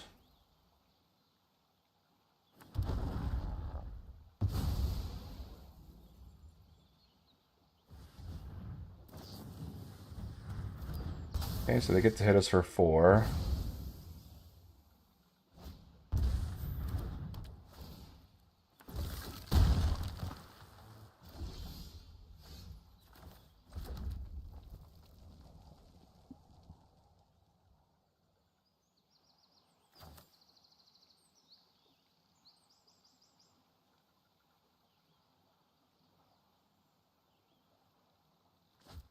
See what we hit off Battlefront, I guess.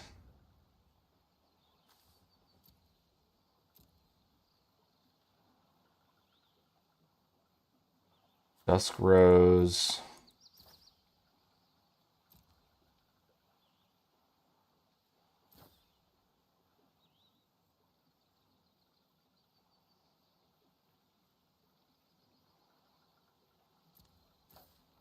Dusk Rose.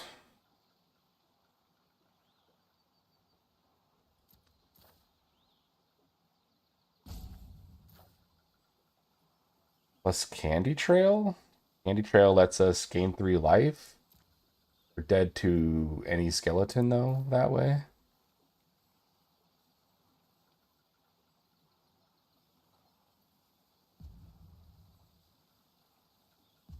Guess if we're getting that, we might as well do this. There is no system I can't improve. This will suffice for now.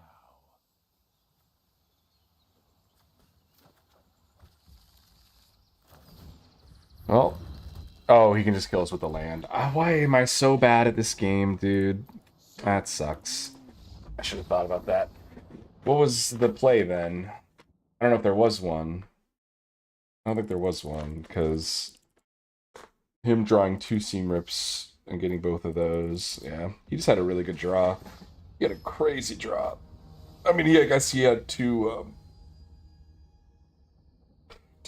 demonic tutors, basically. This is terrible. Absolutely awful hand.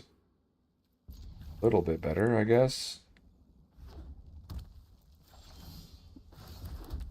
Like aggro, maybe.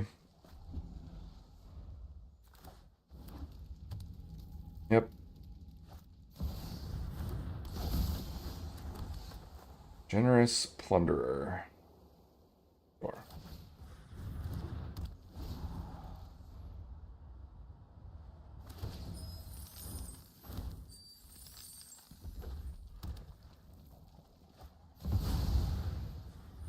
Okay, we're gonna take what? Bunch. We'll go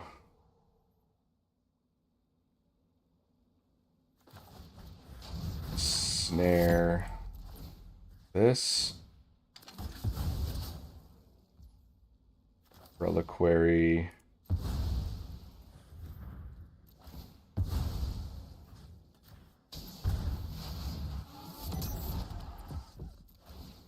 That.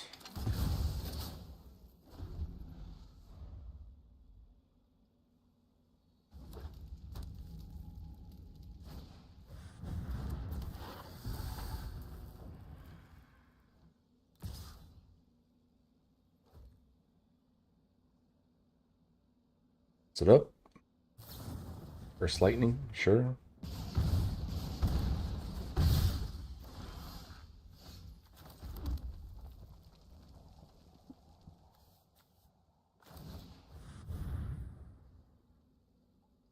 Jesus, lots of spammers. Let's go. I think it's going to be talent plus snare.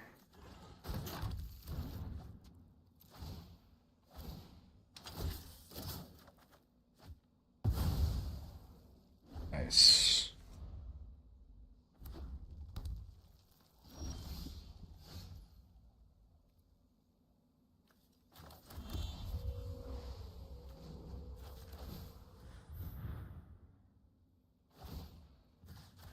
Card here.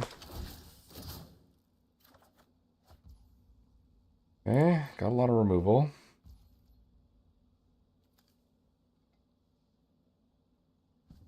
And I guess we might as well use this where we don't have anything else to use it on. So might as well level 4 it or level 3 it. He's gonna shoot us in the face with like a burst lightning or something. Oh, okay.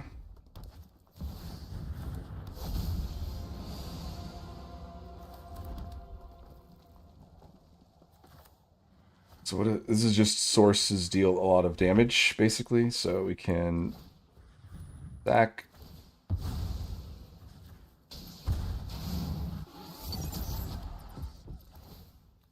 Take.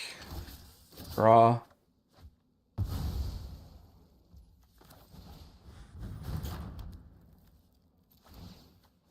Take that. Play Candy Trail. Deseret's great.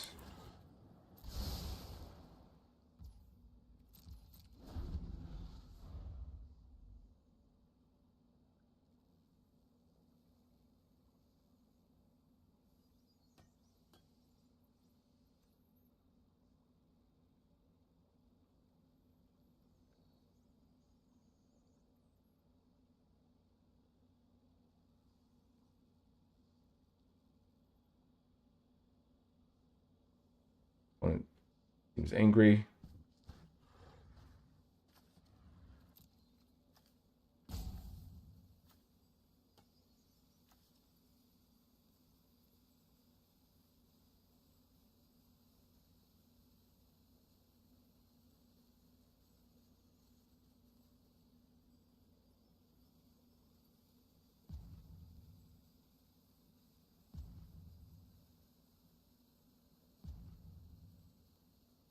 Yeah, opponent seems a little upset about that one.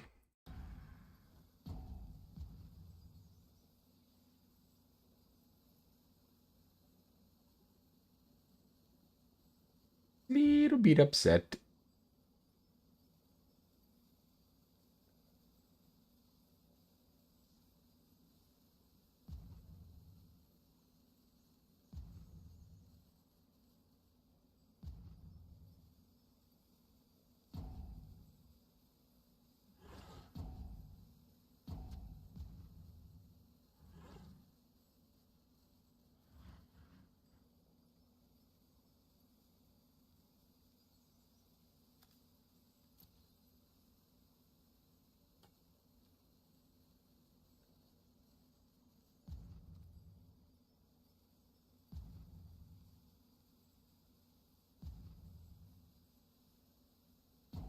Here's a hole in your plan.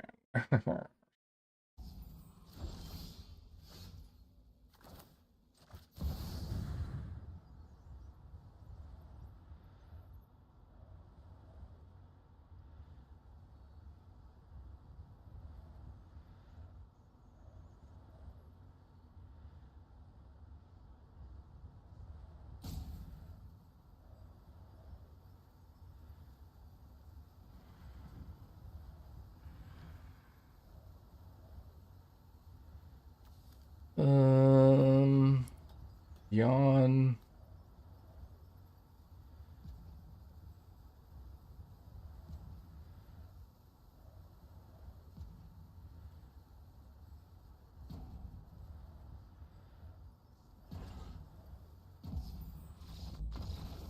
Yep.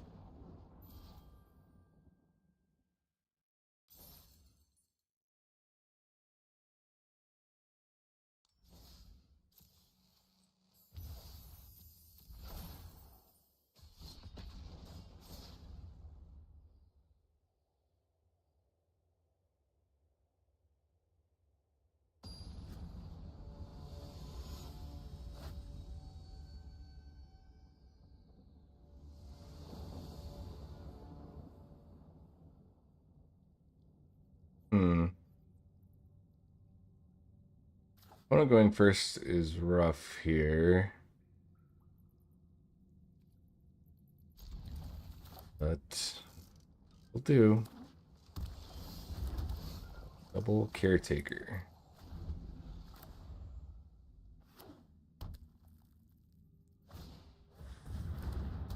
Just reanimator. Yep, you got the Cavaro.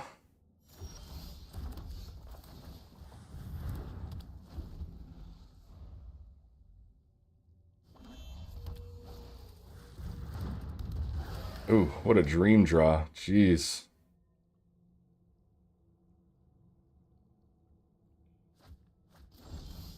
Absolute dream, huh? Yeah. That's just a turn 4 win for him. That was a crazy draw. Well, the mill really sold it. I mean, holy. That's a that's like a 1 in 10 kind of game right there, right? Like being able to mill like that kind of game doesn't happen super often with the reanimator deck.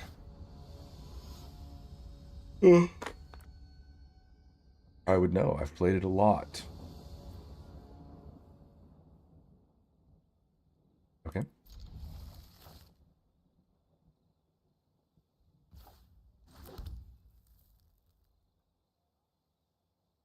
I think I want a candy trail. I just want to get the scry here. Land Soul Guide Lantern is good.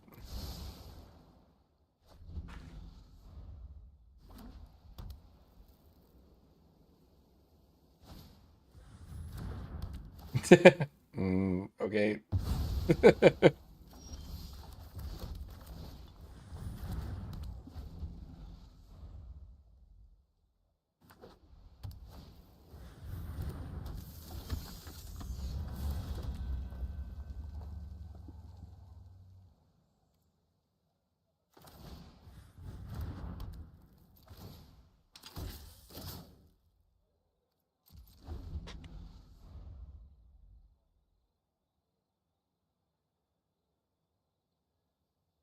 Ooh, ooh.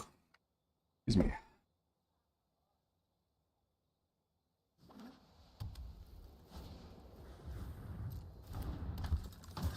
It's like the budget version,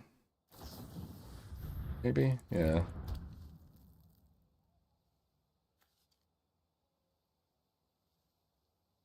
When you draw a card. What's going on? There we go. Jesus.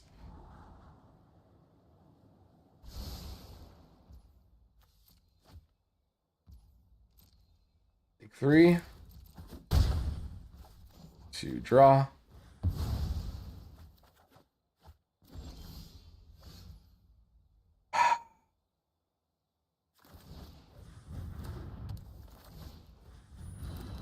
No land. Man, what is this luck, dude? I just get flooded when I don't need to. When I don't just lands on lands on lands and anything when I need anything other than a land. And now that I just need one more land, can't get it.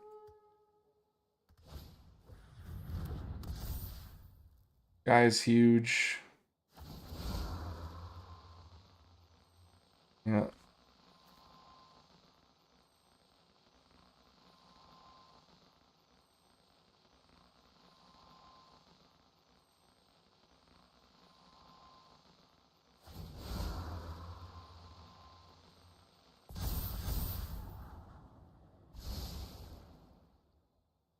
No lands is really, really sad. So sad. It keeps happening against these creature decks that I should be able to just absolutely stomp. It's kind of ridiculous. Like, what is this?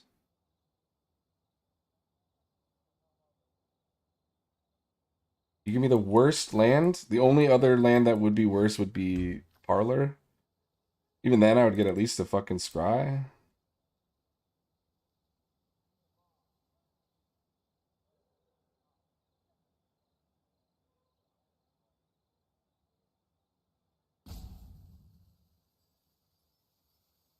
Yeah, I mean, there's just nothing to be done. It's just the worst two cards you could ever imagine. Oh my god. Alright. Say so, Magic. You say so.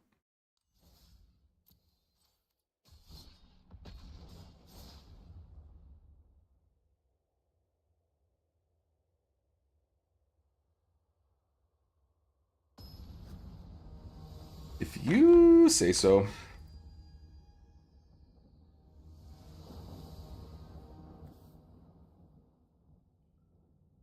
Garbage hand.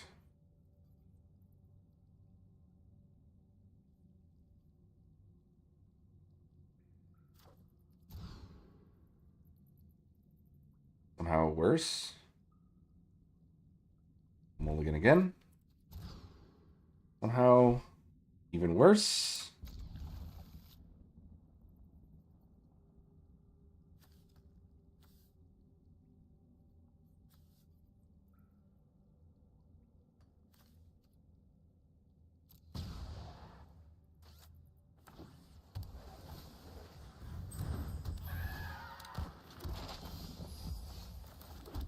Thanks for the candy trails.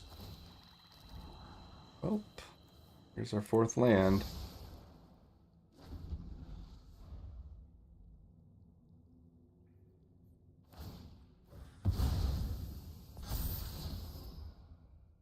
Auto blue.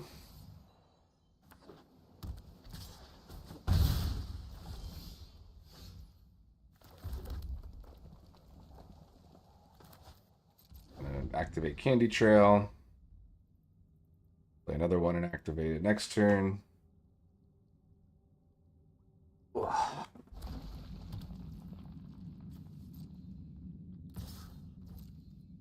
It's still in standard? What the hell? Like it's been in standard forever.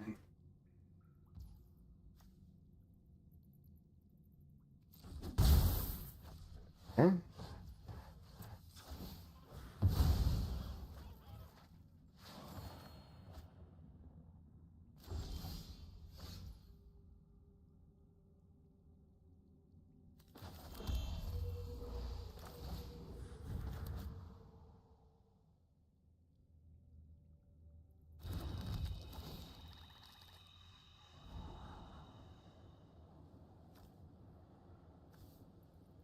See. Next turn we're playing Battlefront, then these two coming out would be nice.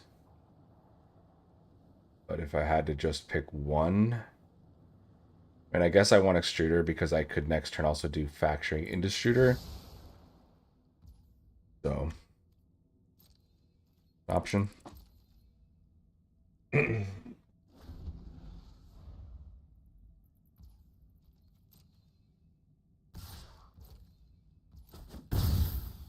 Yep.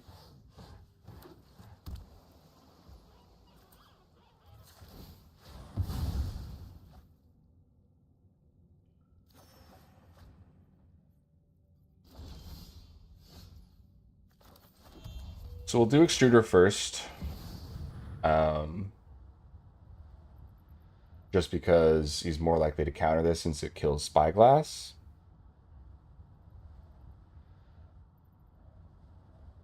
And then if he counters it, we can just play our manufacturing into Battlefront next turn.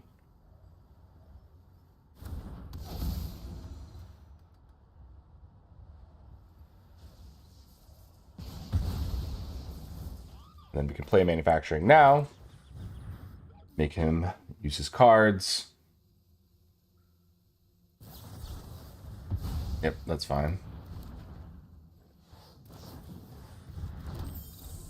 Yep.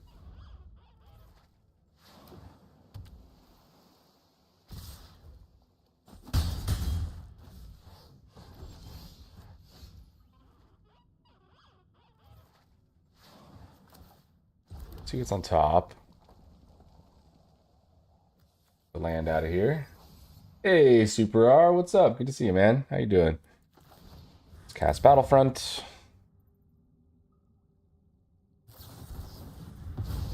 A counter spell, sure.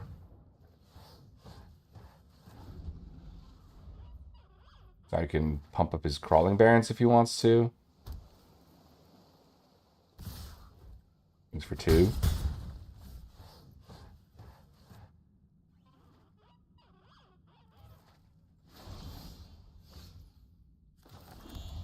Let's play another Battlefront.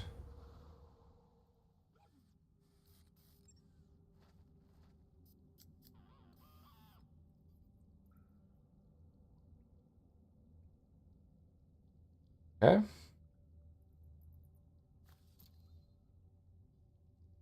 An extruder into Candy Trail is pretty good.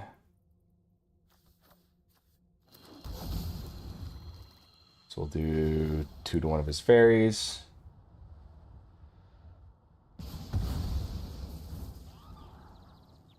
Don't really need that. Reliquary is probably fine. Not the most important thing, but it'll get rid of like a Crawling Barons.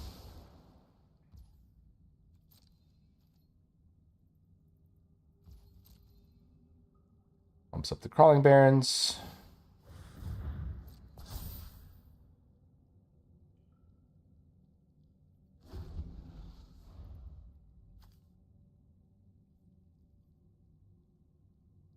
Doesn't turn it into a creature, but now he wants to turn it into a 4/4. Sure. Yeah, we'll take 5. And then let's go ahead and just gain some life and draw again. Let's go. What's this new brew? I'm trying out Boros artifacts, mostly based around weapon manufacturing. So we can play manufacturing, and then we can Battlefront, grab caretakers plus snare. That draws us a card and gets rid of the fairy. Draw and then that. And I love artifacts, dude. Yeah, artifacts are super fun. He's gonna pump up his barons again. Hit us for 6. But that should be the last time he'll be able to hit us with this.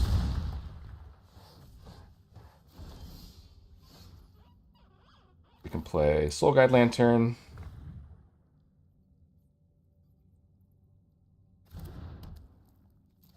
We'll draw us a card. We can get rid of. Doesn't really matter.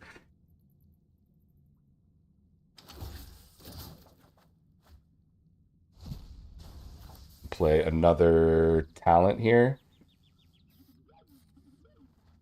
I guess there's something to be said just about holding up double extruder activation. So I think I'll do that because that lets us take care of his Crawling Barons if he doesn't have answers.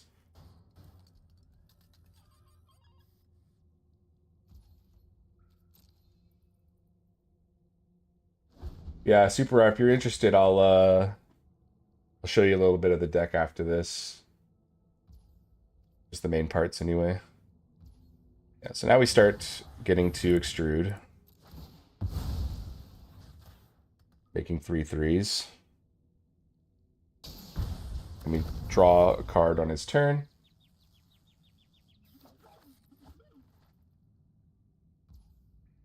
I'm gonna go ahead and leave that 3/3. Play mountain.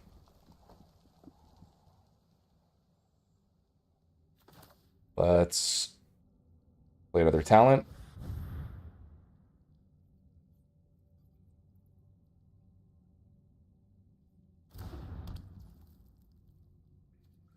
Let's use the white planet. It's pretty good for artifacts.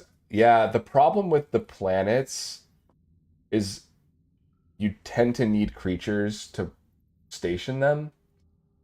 And this deck really only has creatures through Legion Extruder. There's really like no other creatures in the deck. It's a creatureless deck basically. Um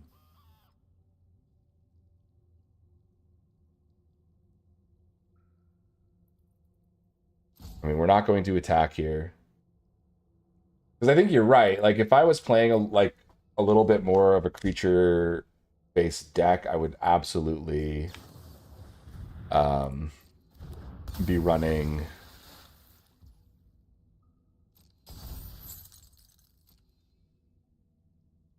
Okay.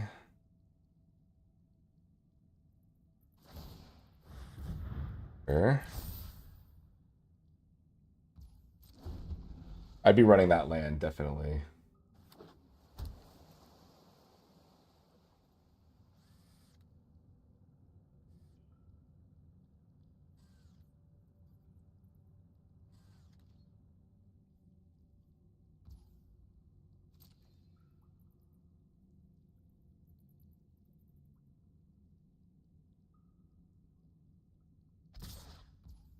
Those two attacks. We will attack this. Deal 2 here. Draw a couple cards.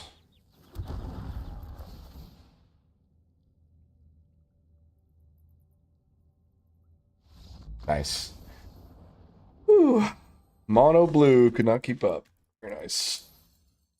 All right, let's we'll just take a quick look at the deck. I don't want to spend like a ton of time on it because I know it's not like the most exciting thing to just stare at the deck, but um look at it real quick here. All right. I think my face is in the way. Actually, I can do this real quick. Two of me. There we go. Okay. So with this, basically our win conditions are a single Elspeth and Tezzeret on top of weapons manufacturing. So weapon manufacturing is an artifact that says whenever a non-token artifact enters, we create a token that says when this token leaves the battlefield, deal 2 damage to any target, right? So it's all about playing artifacts, creating these munitions tokens, and then sacrificing these munitions tokens to kill little creatures, deal 2 damage to his face. Legion Extruder is one of our main sack outlets. We can deal 2 damage on entry. It is an artifact, which would create a token, and then spend 2 mana to sack that artifact, deal 2 more damage, plus make a 3/3. We have Caretaker's Talent because we're making these tokens, drawing cards. You know, Elspeth tokens will draw us cards. Manufacturing tokens will draw us cards. Perilous Snare because it's an artifact with removal. Duskrose Reliquary, same reason. It also has an additional cost to sacrifice an artifact. So we sacrifice the token, which deals 2 damage, and then Rose Reliquary comes in, triggers manufacturing, gives us another token, plus exiles something, plus deals 2 damage because the token we sacked, does the thing. Then we've got Candy Trail, which is just a 1 cost, scry 2, you can sack it to gain 3 life. The reason it's in here is it's a really cheap trigger for weapons manufacturing, but also we can tutor it with Tezzeret, right? So down 3 on Tezzeret says, search your library for an artifact card with mana cost 1 or less, reveal it, put it into your hand, and shuffle. So the thing we're finding most is Duskrose Reliquary. We can tutor our removal here. So we play Tezzeret. If we have 4 mana up, we play Tezzeret for 3, down tick him, find Duskrose, play it, and get a bunch of triggers. Tezzeret, he says, artifact you control enters, put a loyalty counter on him. So every time the artifacts enter, he's getting more and more loyalty. Eventually, we're going to be able to ultimate him. Actually, we'll be able to do it very, very quickly in this deck. And then all of our tokens are becoming 3/3s every turn and being able to swing in. Elspeth is a one of because she's just a really good card in general, but she also doubles tokens, right? So we can make a bunch of 3/3s with Extruder, with Tezzeret, and then give them counters, make them flying, or we can destroy a creature, or we can make more tokens, soldiers if we need to.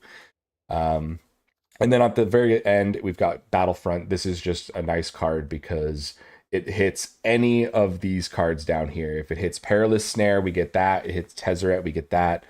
So we get two of any of these cards if it hits them, right? So just a really high value card. And then a few Day of Judgment just for keeping the board clear and stuff like that. So it really, in all, it's kind of a control deck, right? It's mostly just made for removing creatures, keeping creatures off the field, keeping non-land permanents off the field with Perilous Snare, and then winning over time, just doing 2 damage to them repeatedly, removing their creatures, turning our creatures into artifacts into creatures, and then usually like Elspeth or Tezzeret will win us the game eventually, right? So it is a pretty slow deck. It loses pretty hard to hard control because it just doesn't answer the stack very well. And so if they have like a Jeskai Revelation or something like that, it's pretty tough for us to deal with. But it does really well against mid range. Mid range has a hard time dealing with this deck.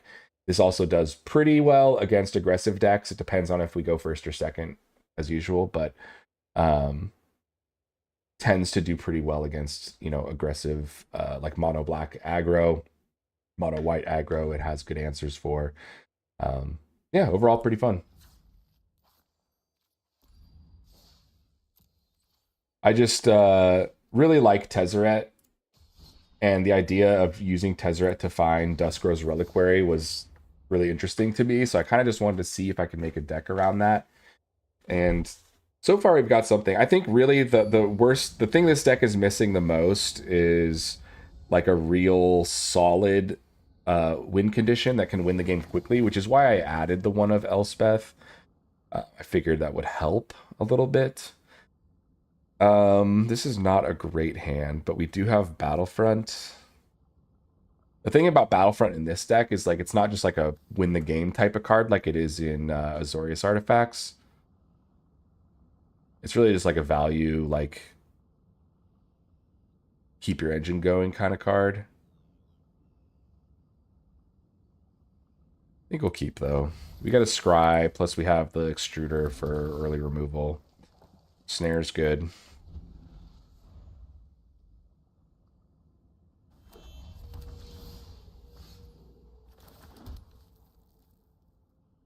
I don't really want to play the Extruder yet. Looks like they're Jeskai something or other. So we'll play this tapped.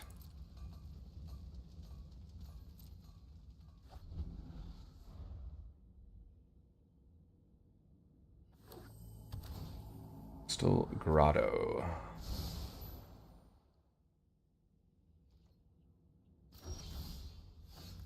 Okay.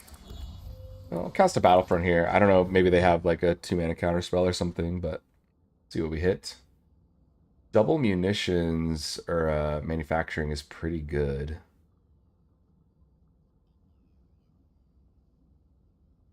Means they have to kill both of them in order for it to work or for them to actually get rid of it.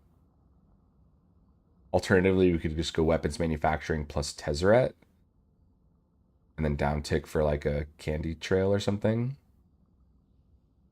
Yeah, I don't mind that. It means they have to have multiple removal spells.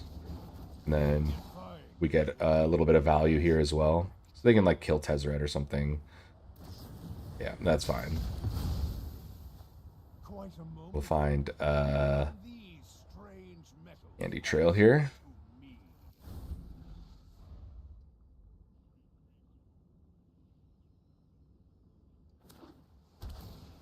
Yeah, they got their blue.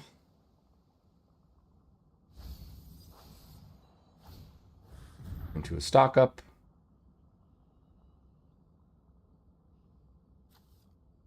So they might be on what's it, that 5-cost bird or whatever. Another Battlefront here just seems great. Soul Guide Lantern. I think we just hit the Soul Guide Lantern because these two don't do anything. This is a pretty bad Battlefront. We'll just do the Soul Guide Lantern. Make a token. Get rid of stock up. And then we'll just play the Candy Trail with the Scry. 2 lands we don't need.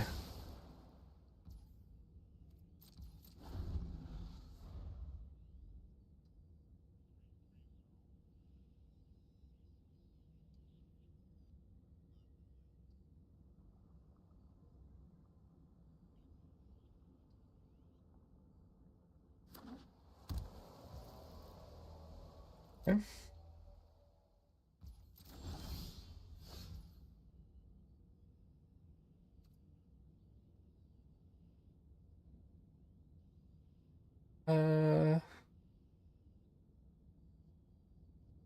Let's go ahead and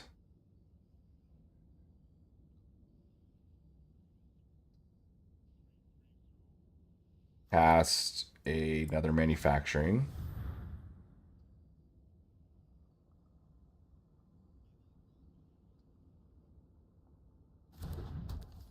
We can play another Soul Guide Lantern to get 2 triggers.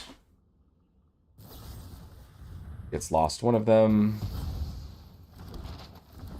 It's fine. Get rid of Get Lost here. And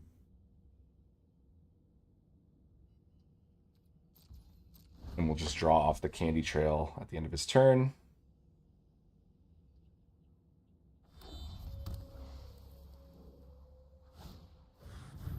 Ultima. Okay. So we exile his graveyard.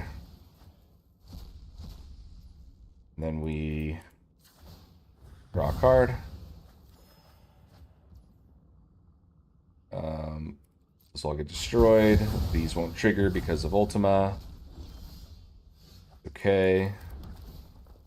Scry. Caretaker's Talent's great. Let's get the Extruder down.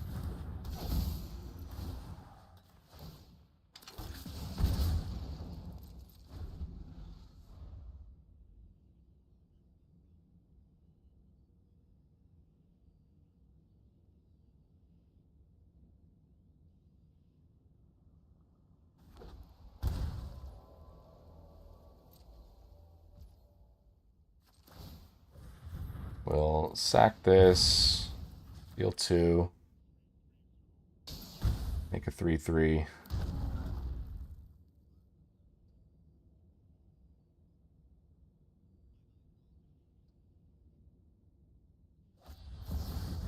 Okay, Jeskai Revelation. It's fine. We can go like this.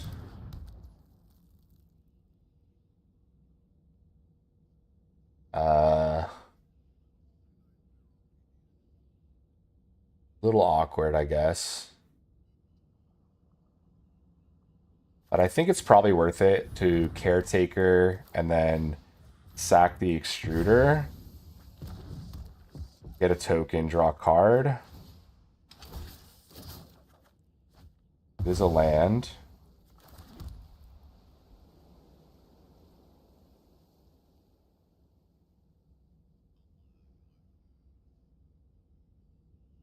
Uh,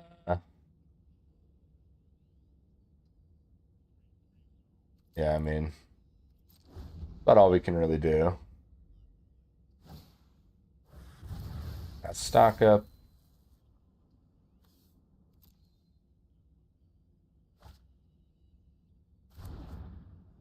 One is playing Jeskai Control, the classic. Things for 2.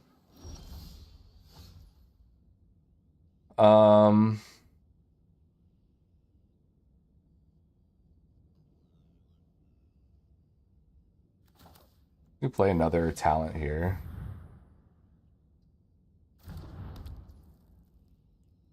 And then we can make another one of these tokens.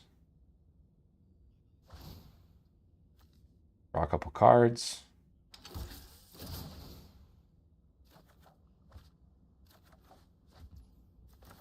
Land is nice.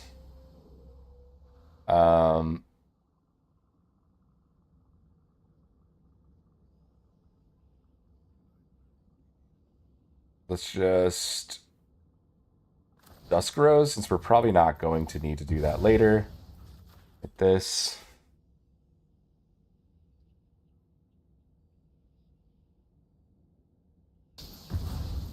I want to cast the Extruder when we have a little more mana open, just in case they have like a No More Lies or something. Get rid of the manufacturing, sure. Fine. Yeah, like if this is a No More Lies and I cast Extruder here, then we're kind of in a bad spot. Although we are still drawing a good amount of cards each turn, so.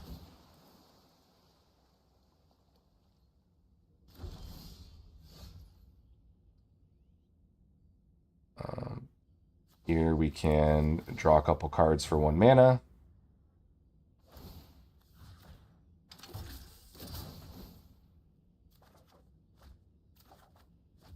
Okay. Play an Extruder.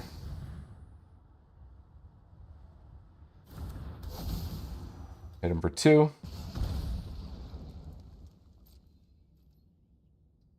And we can chill. We can actually just sack the map tokens.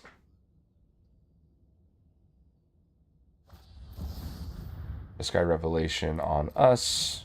Bouncing a talent. Sure.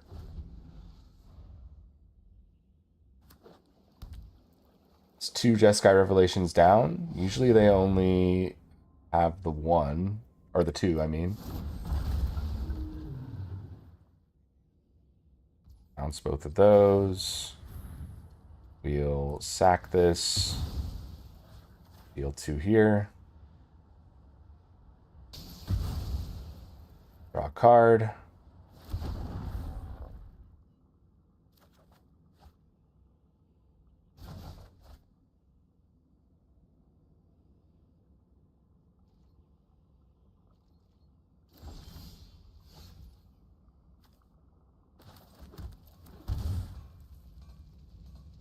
Play a talent.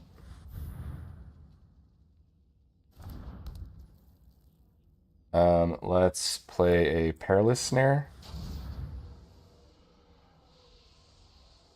Get the dragon this way.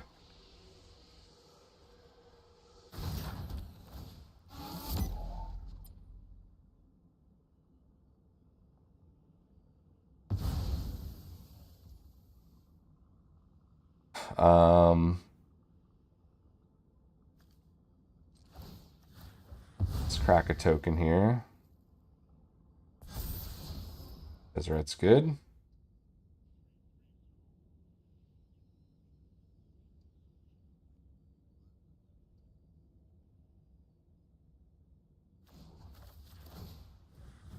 Let's make a copy of one of our munitions here. Draw a card.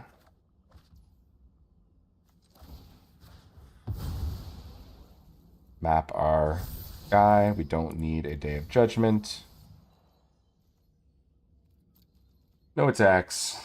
You can kill our 5/5. It's not a big deal. Chico goes for a Get Lost, probably. Oh, just for a stock up, sure.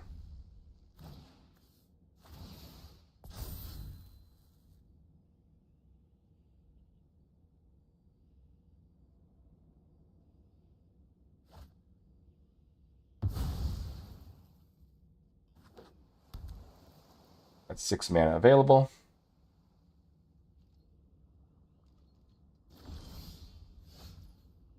Okay.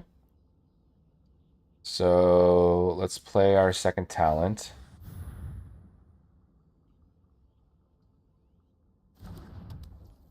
Let's copy one of our tokens.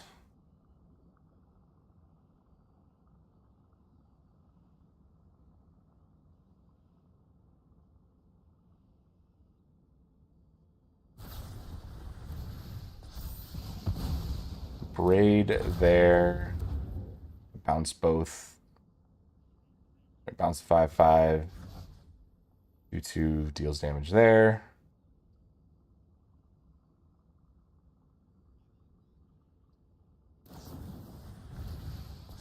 Helix. Um, in Dusk Rose, sack this. Get this. Take this. And we can snare.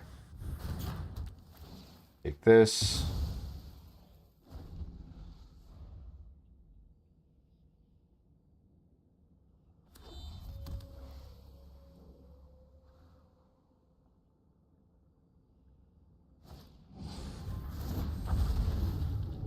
Bounce the Shiko and get lost something if he wants.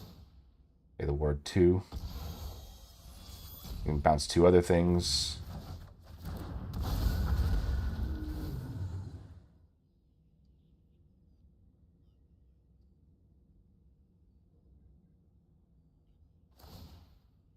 Yep.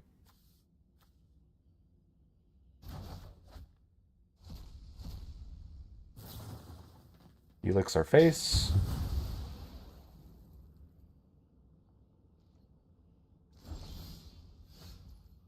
Okay. Well, we can Dusk Rose, sack a Dusk Rose.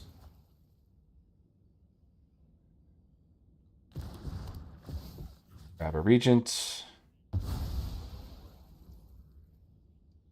We can Perilous Snare. Grab the other Regent. Play a Candy Trail.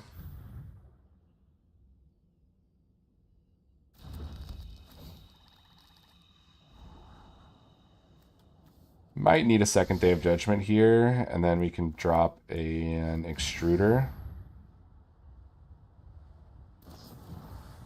Yeah, that's fine.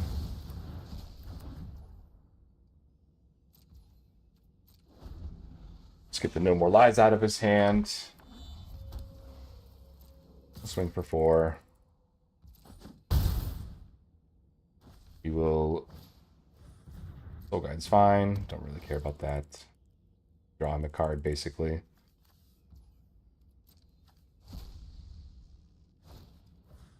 Sure. 2 cards.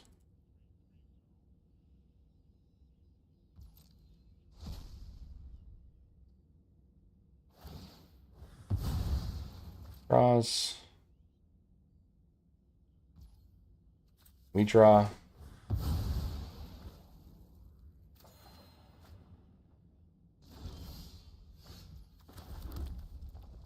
Um...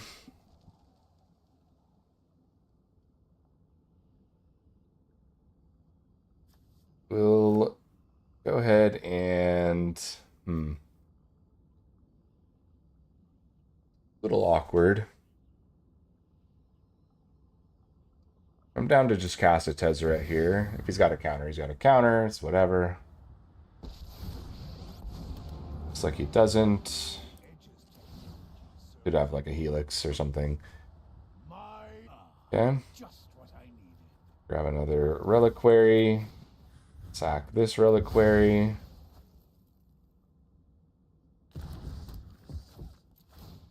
Take Chico.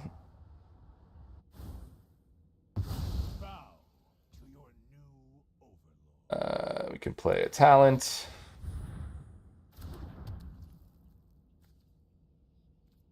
Play another talent.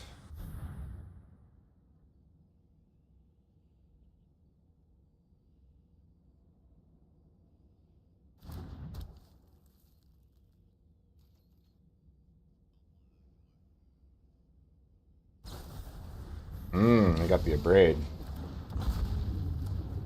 So he gets to win the game here. Nice. Yeah, I mean, what are we going to do about the Abrade? Not much to be done there. Maybe I just needed to cast the Day of Judgment to kill his board earlier. I don't know if he had a counterspell. He might have had. I think he actually did have a No More Lies, so that wouldn't have actually worked out. That's what I mean. This deck doesn't match up super well against control, unfortunately. Best matchups are like aggro or mid range for sure.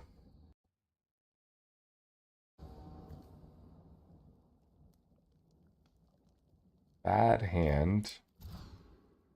Same hand. So still bad.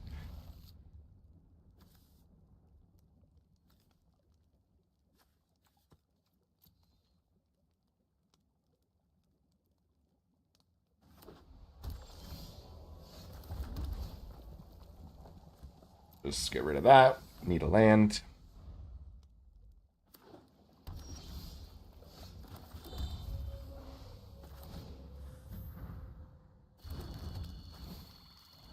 Nope. Need a land.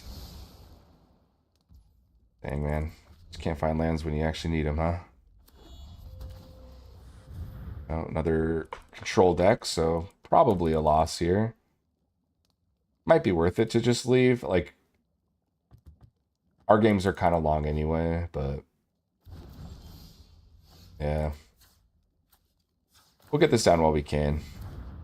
They might just have like a get lost or something anyway, but might as well.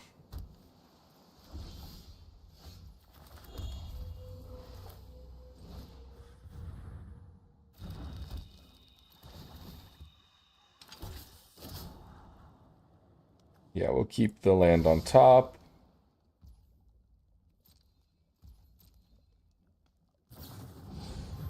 Draw 3, discard. Yeah, we're playing the same deck back to back. Dang, that's too bad.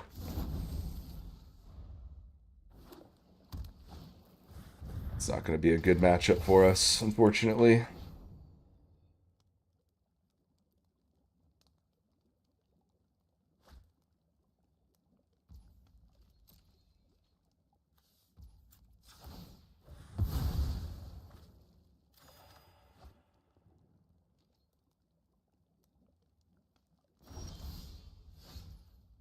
Firing Vantage.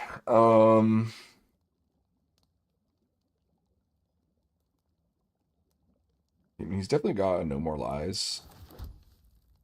Don't really want to run into it. Rather just play the tap land and attack our Candy Trail into turn.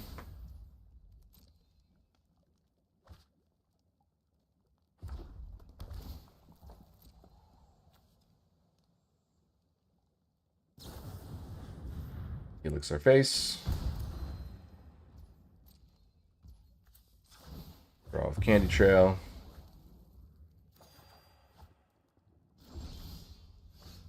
Another Inspiring Vantage. It's not very inspiring, is it?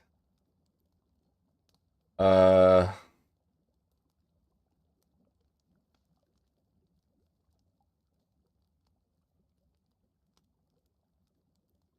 we'll just play the tap land.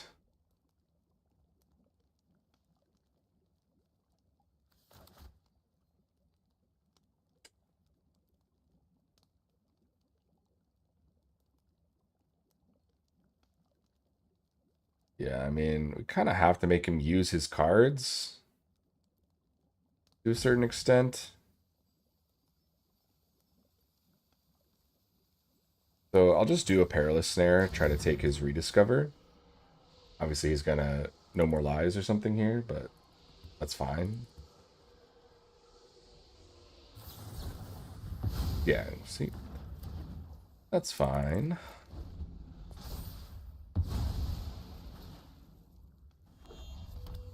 Now he just holds up Jeskai Revelation.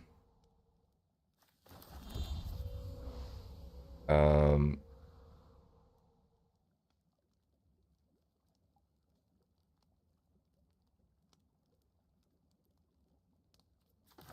we play Talent. The Revelations. Oh, holds a dragon. Sure. Not a revelation.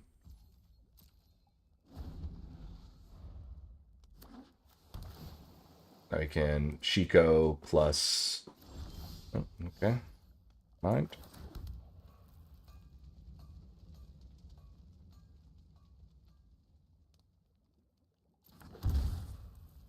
Yeah, I mean, if it's a No More Lies, we can stop it, but otherwise, I mean, we gotta play our cards. Yep. Yeah. Dispelling Exhales. That's the way it goes. Now he gets to Shiko and get a bunch of value off of Shiko. is rediscover or something. Back up, sure.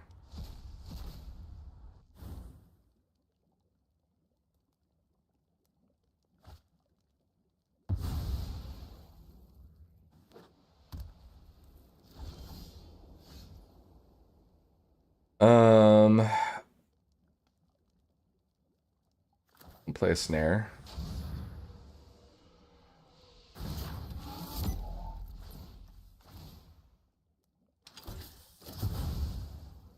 Take the Shiko, play manufacturing.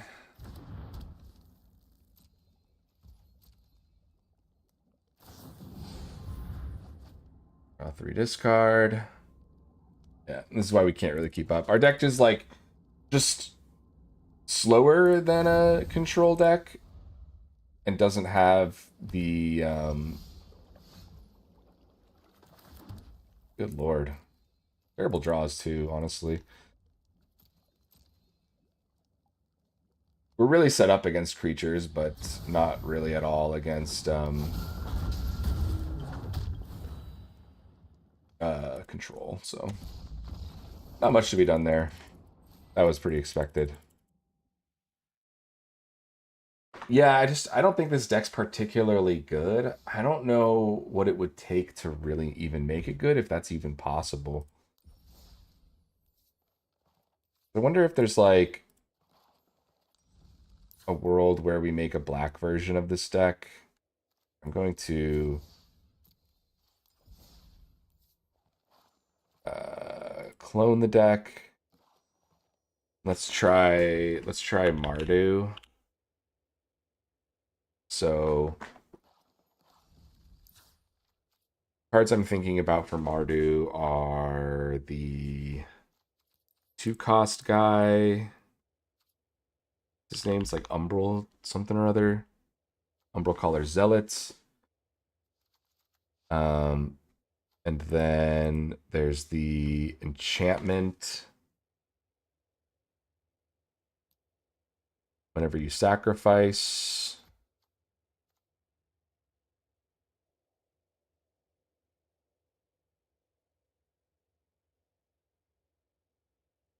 Uh, it's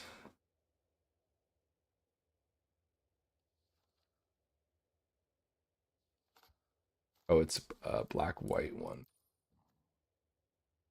Coils of War. Whenever this enchantment enters, create a clue.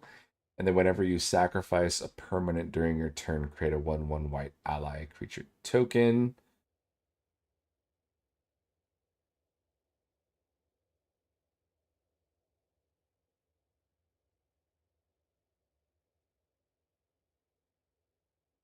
I'm thinking like we do something like removing the like Tezzeret package, maybe.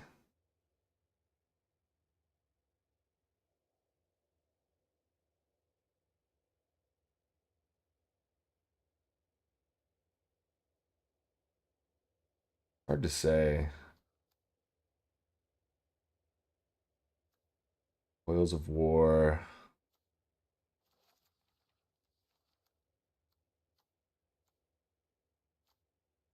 It's sacrifice.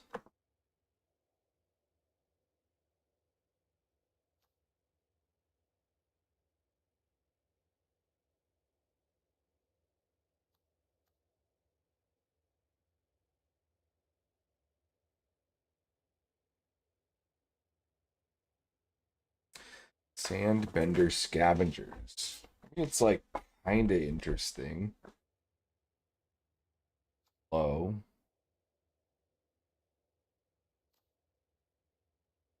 Judges exile up to one of the targets you control. Whenever this creature attacks for each opponent, create a tapped token that's a copy of the exiled card attacking that opponent.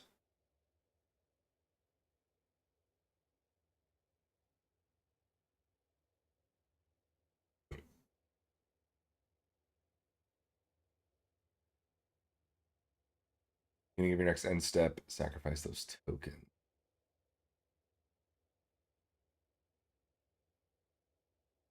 Cool card. I just don't think it works too well.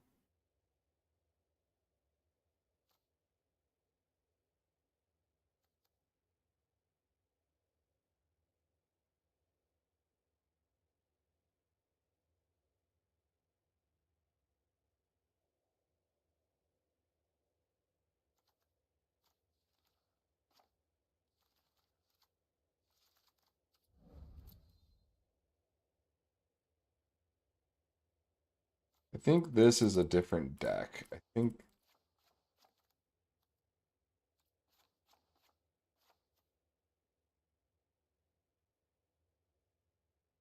looks more like this.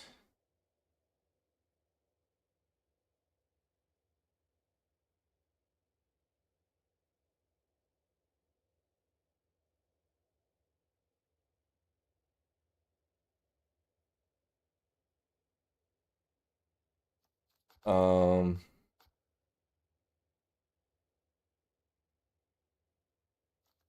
might not. I mean, I don't even think it'll be a manufacturing deck. Probably not even elite, like a shooter deck at this point. This is just a different thing.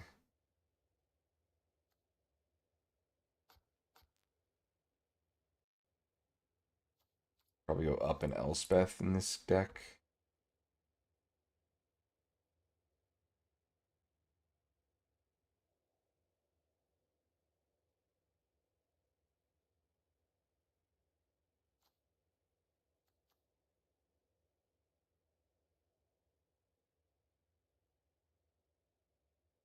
The Scavengers has potential.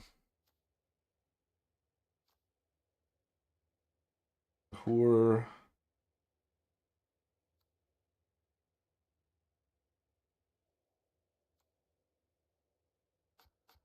This.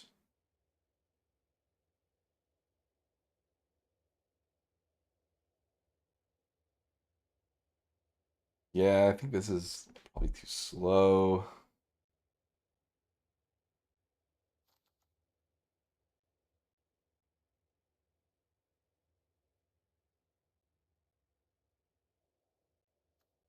Could be some sort of Abzan world this lives in, maybe.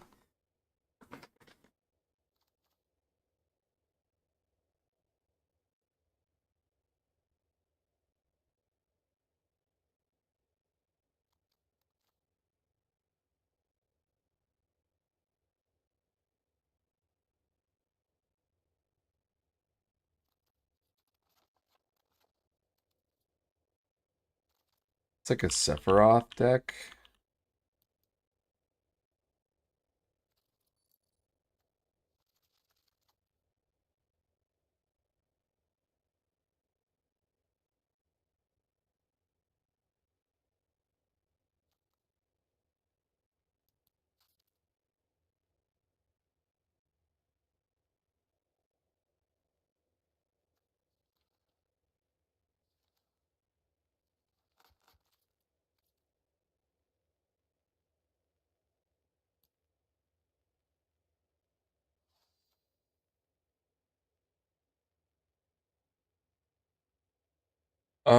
I wonder if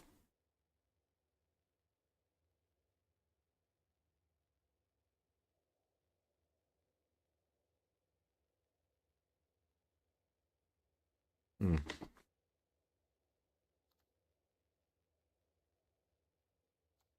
don't think Raise the Past is not still in standard, is it? Oh, it is. The foundations.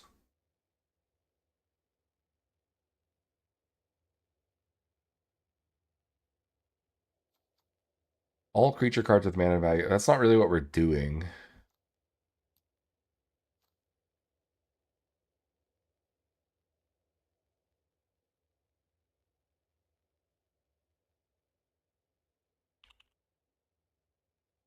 So this is like,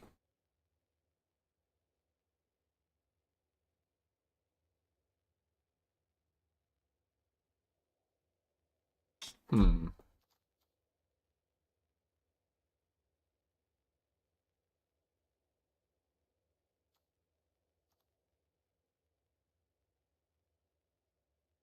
not gonna work.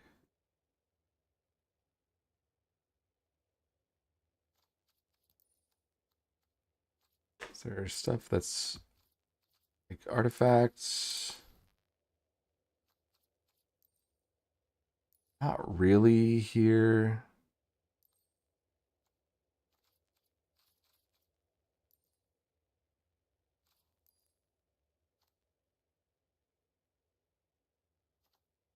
Collector's Cage could work. Maybe.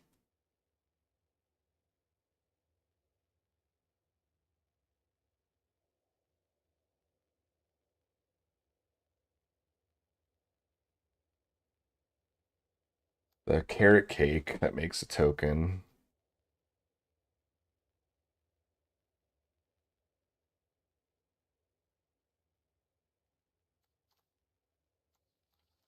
Could run nesting bots.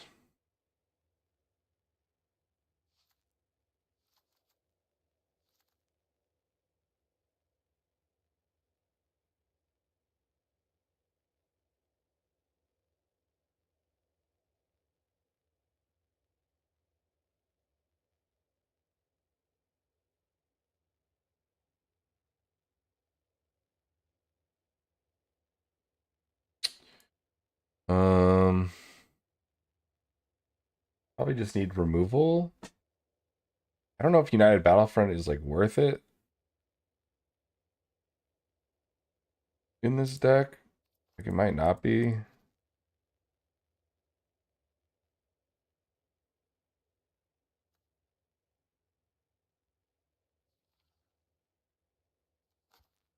You could do like the minor, like the skeleton type of stuff.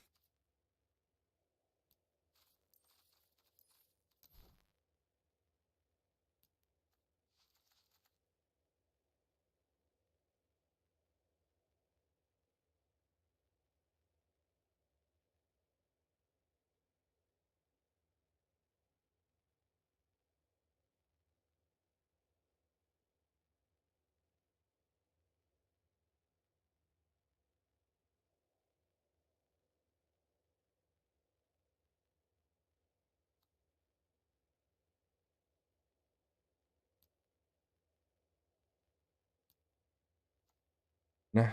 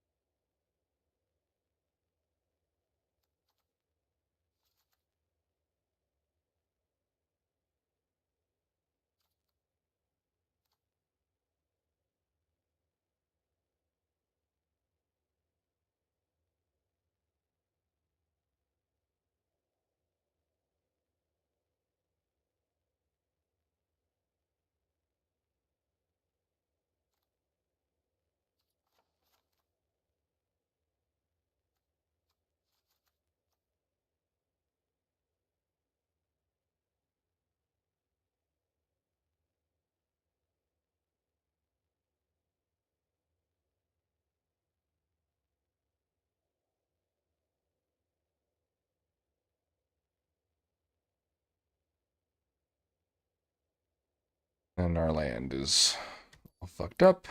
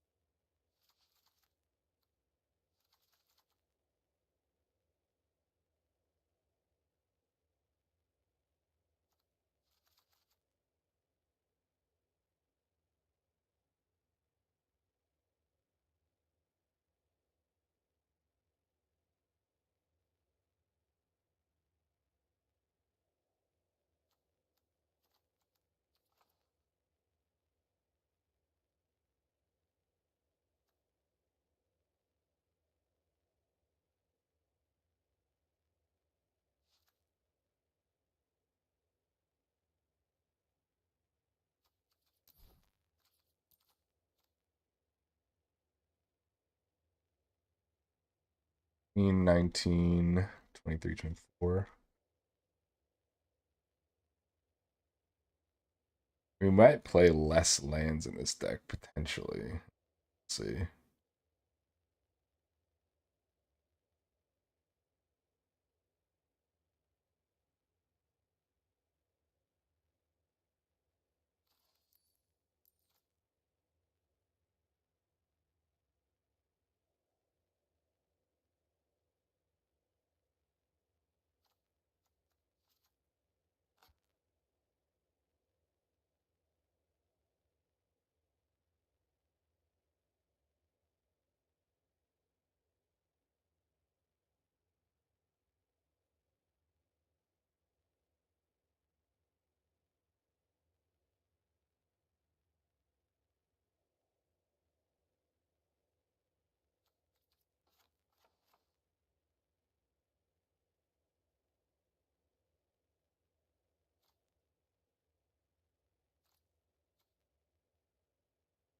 Um,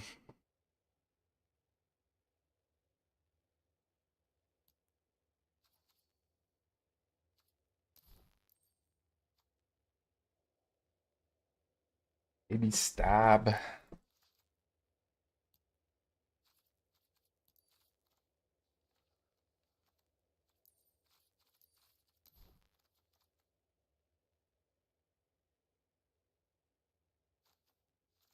For triumph.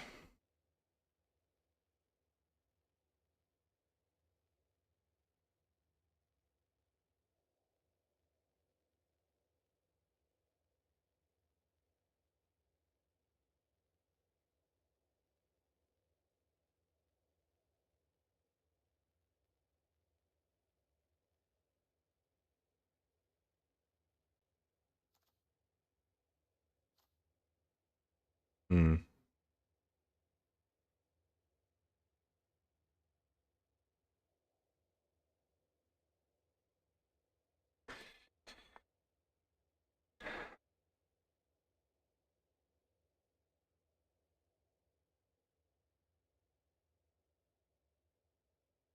I think instead of Elspeth, we would just play United Battlefront.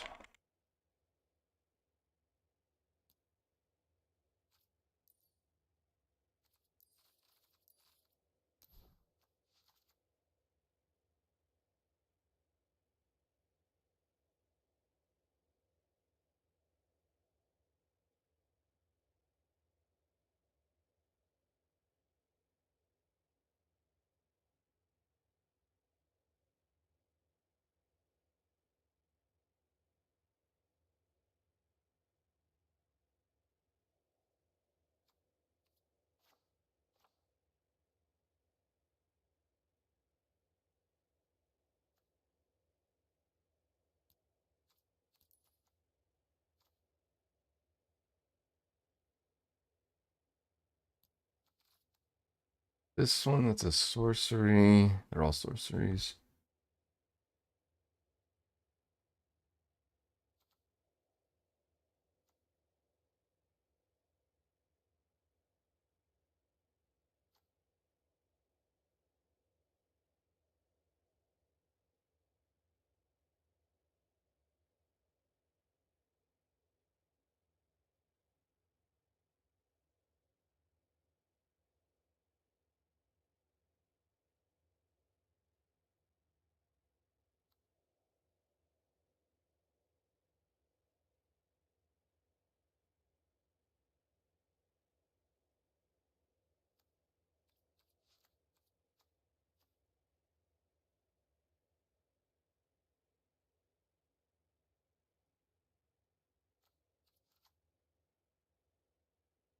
Kind of want to try this, just see how this plays.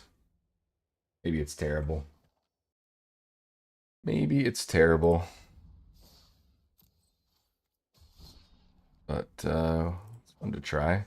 Not even Mardu, it's just Orzov. Name that. Orzhov.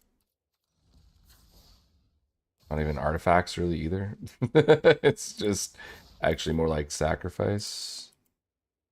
Orzhov, Sephiroth.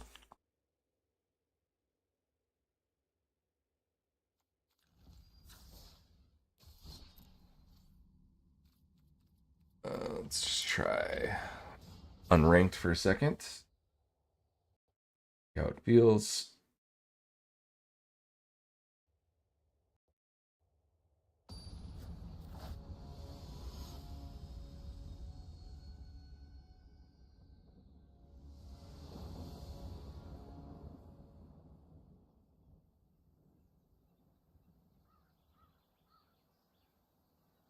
I mean, it's an aggressive hand.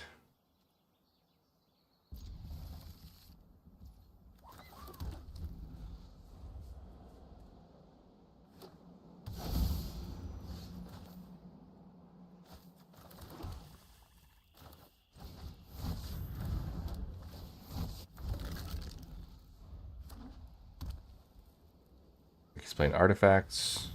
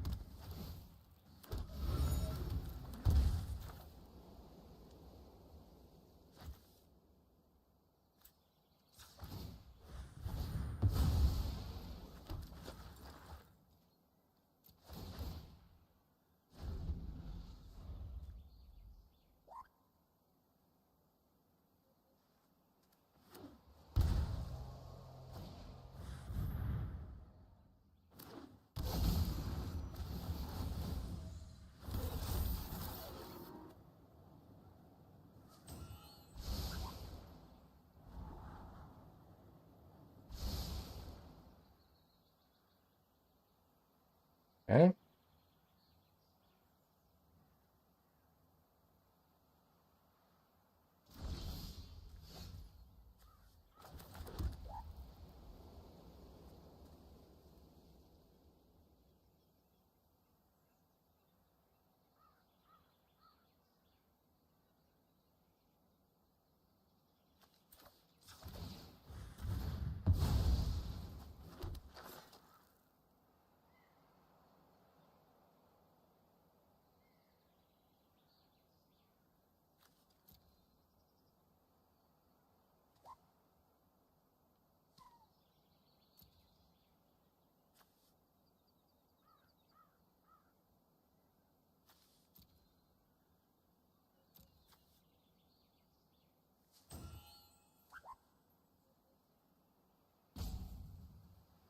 Uh, this, I guess. That lets us. I guess we could pay 3 life.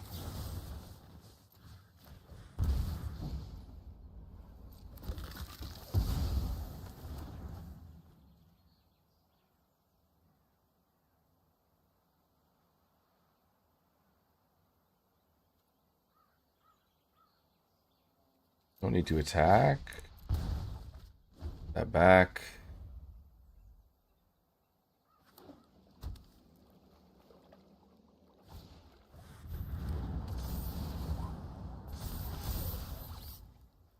Now we're dead. Yep. We had double pinnacle. Double pinnacle into. Or double board wipe, I guess. Yeah.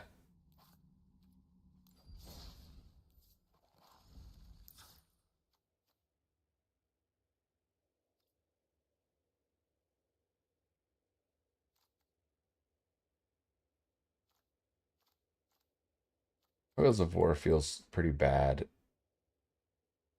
Well, I don't know. Give it more of a shot. One game. Oh, I gotta move my face cam back. Forgot about that.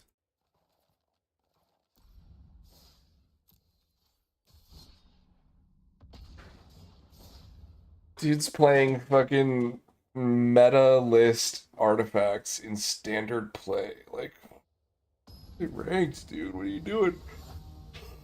What are you doing?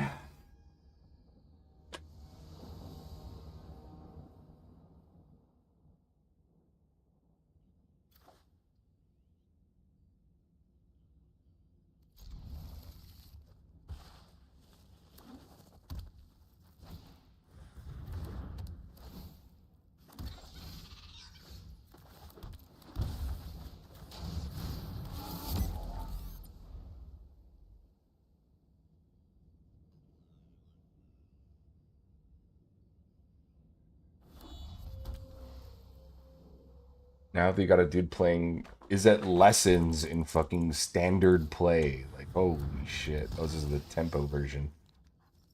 The not lessons specifically, it's just is at tempo.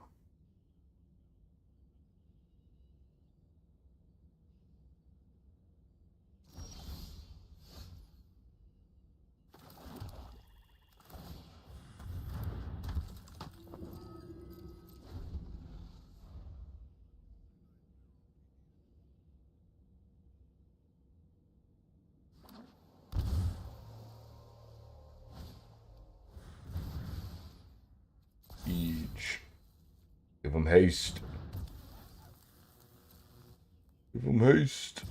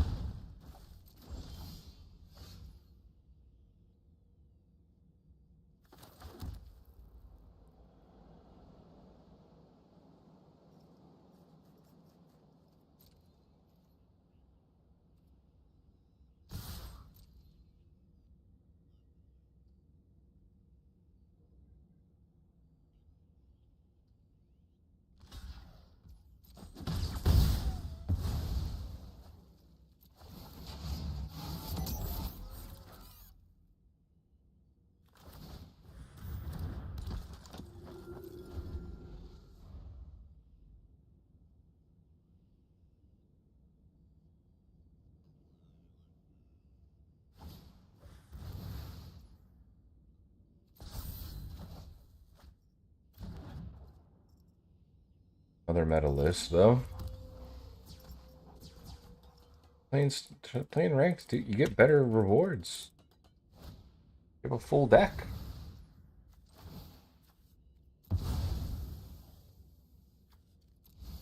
Yeah.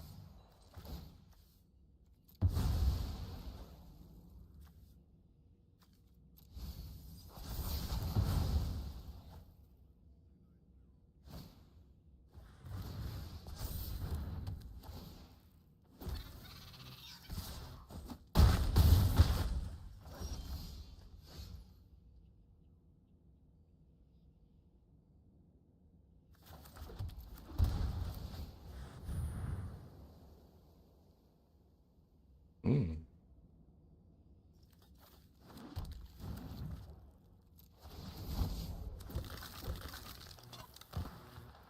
Let me die.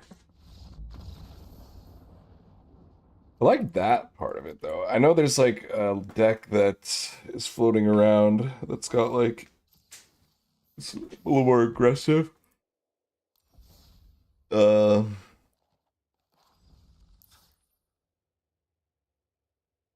instead of the nesting bot, I think it plays it's the this guy. You do like seam rip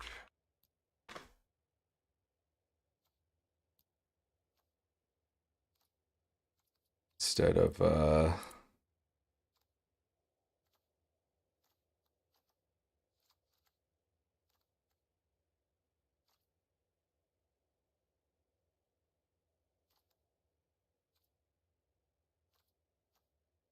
some of those.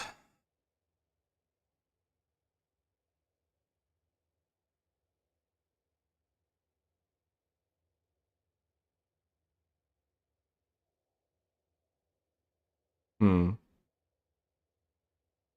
I think we don't play Sephiroth then.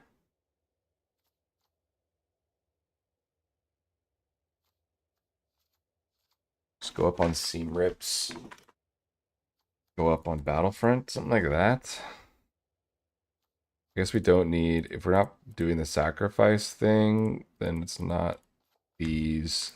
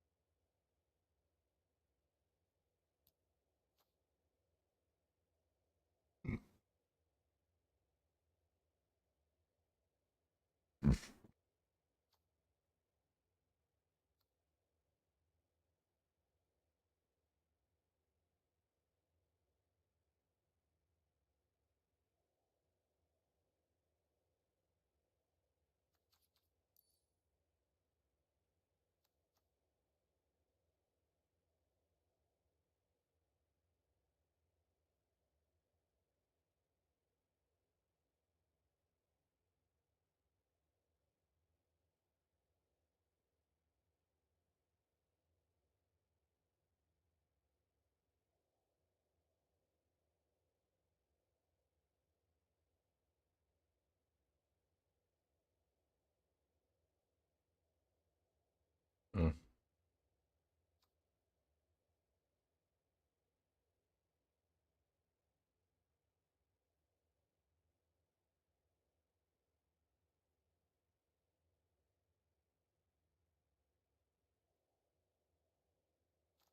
Hello, kitty.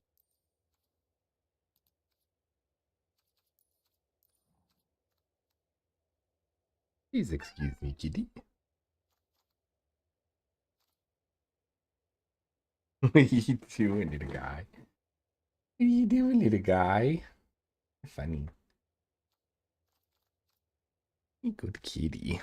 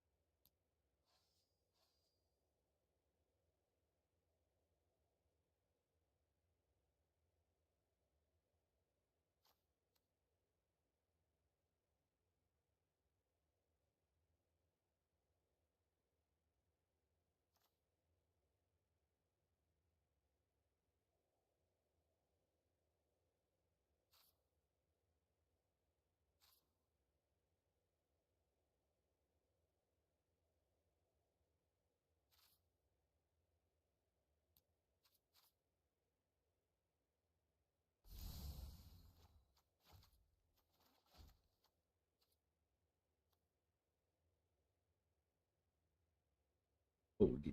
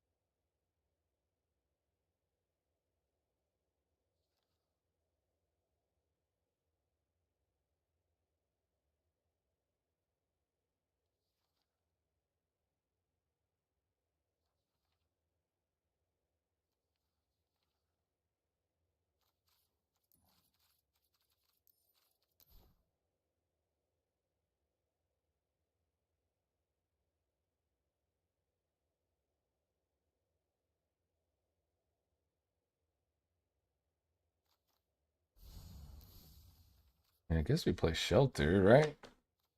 Gonna have to.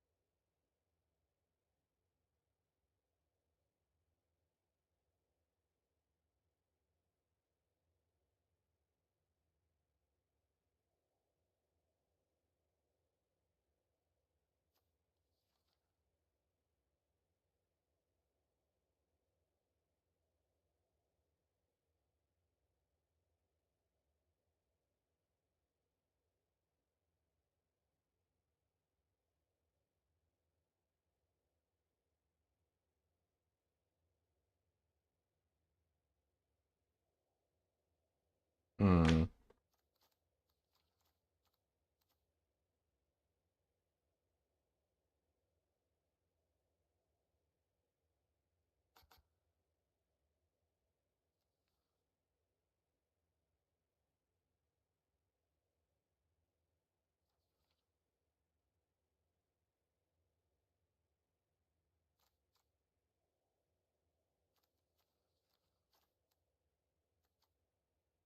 We just play two tiny bones.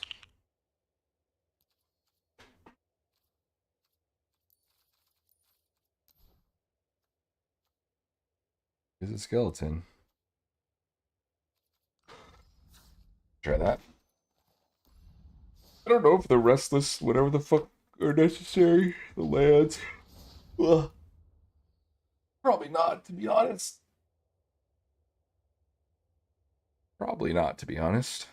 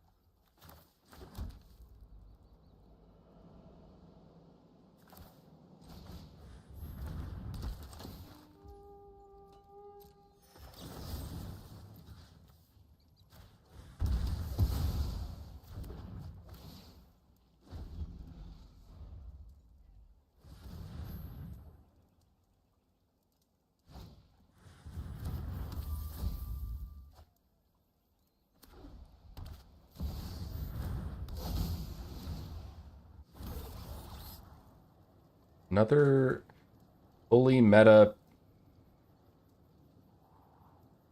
artifacts. Why are people playing artifacts in unranked so much? Really get it.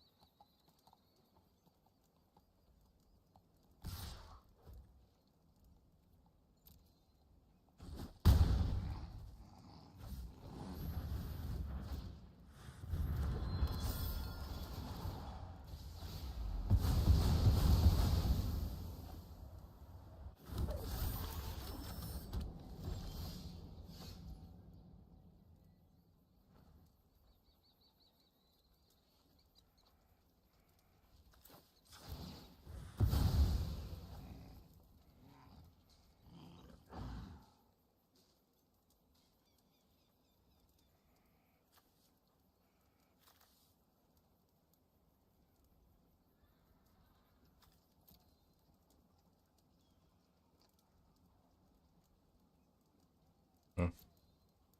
Yeah, probably just dead. They have an answer to anything here.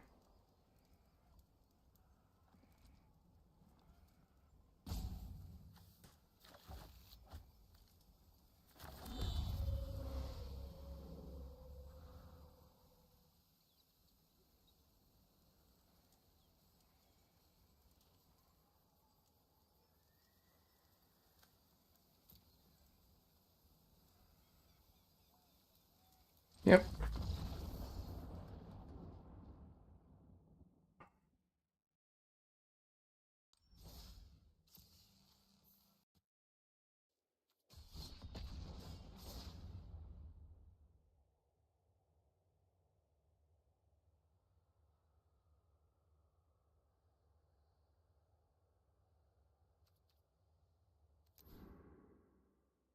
I think the tap lands are more detrimental than they are helpful.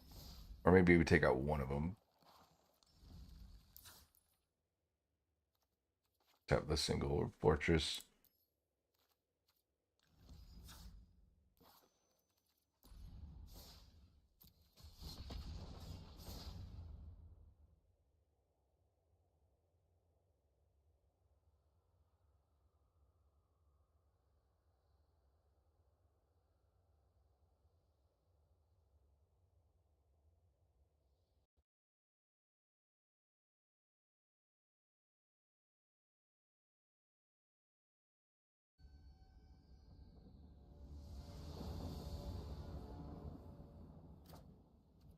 Sure.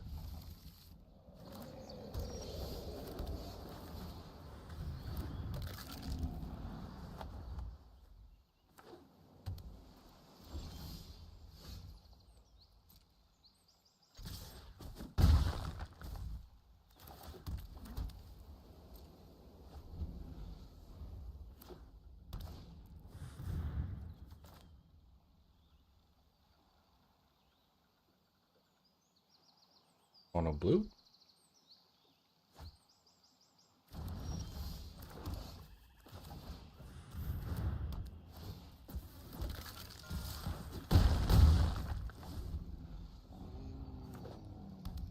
Not mono blue.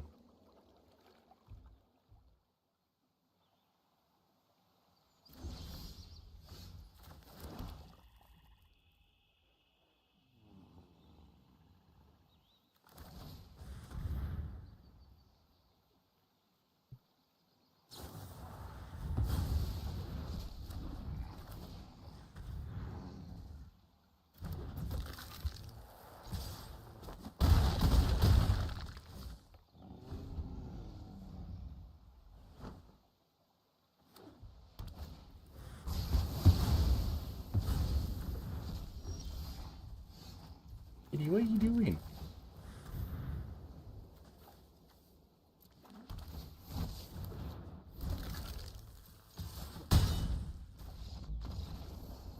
What are you doing?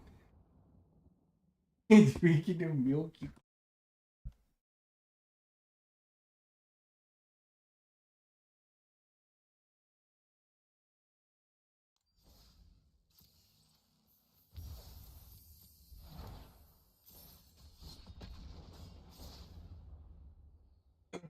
It worked, but it was just like the classic uh, skeleton aggro draw. We probably go down like a land or two in this deck. It's pretty aggressive. Yeah, this looks good.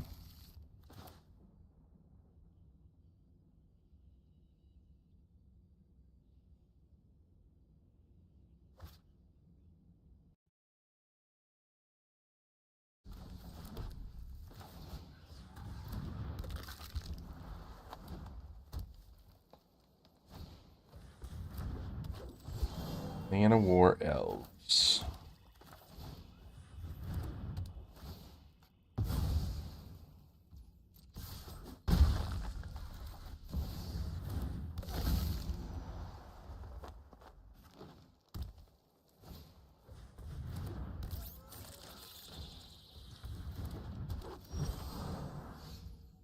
Hmm.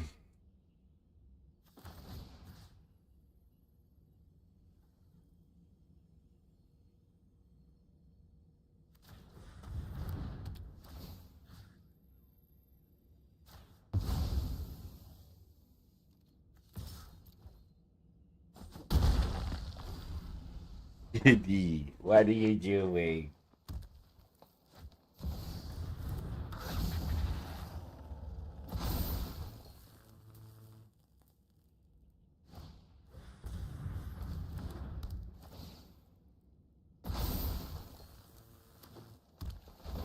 Maybe we don't take a land out.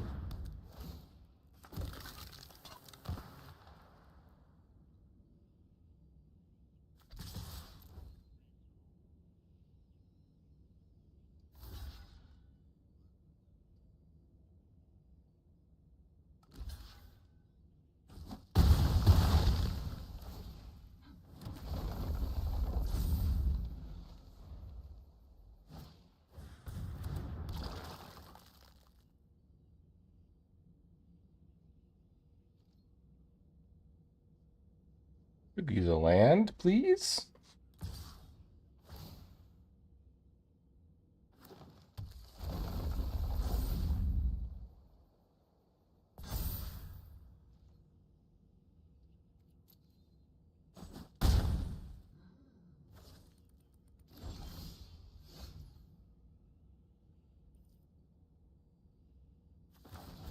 Land.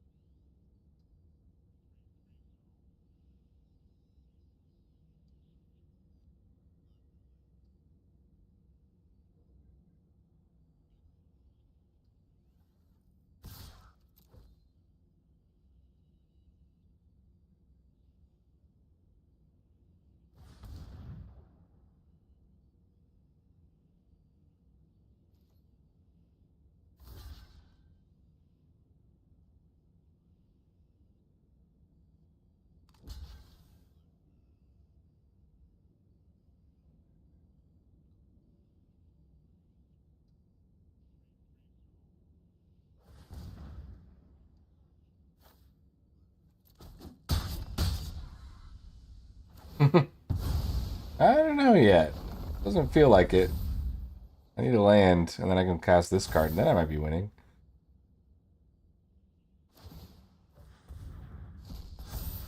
But he's gaining life, drawing cards, getting stuff. Oh, Bossing Say is an incredible draw for him. Actually, so good.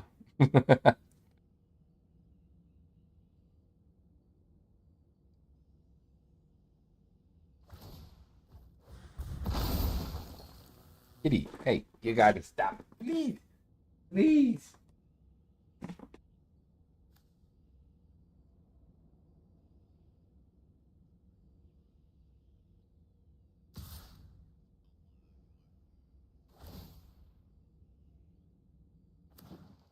Let me taking 6.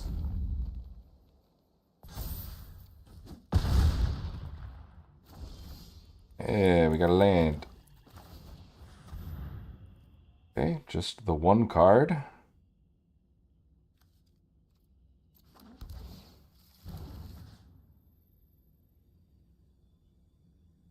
We take.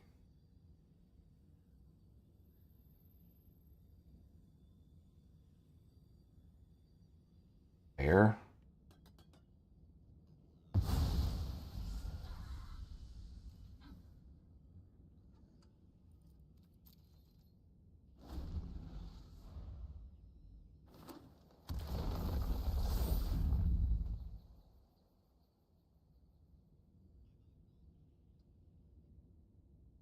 Third.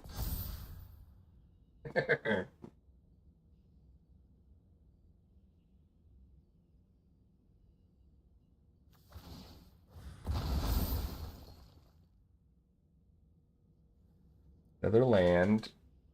Some trample. Nope.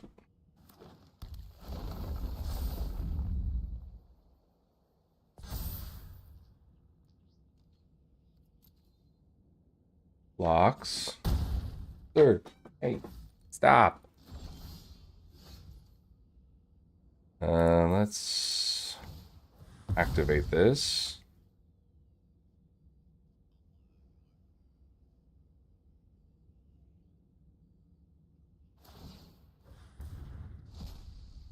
Okay.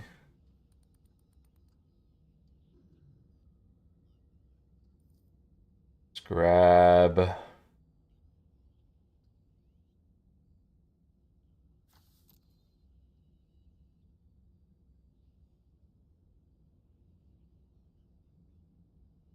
Grab like a seam rip. And we can get rid of the ooze.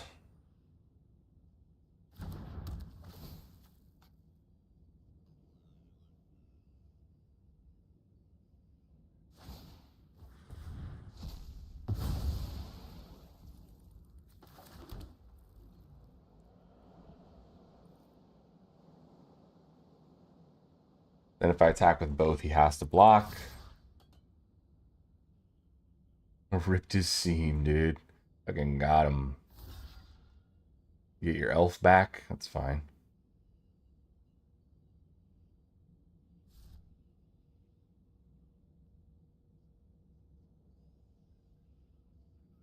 Get your elf back, dude. Exactly.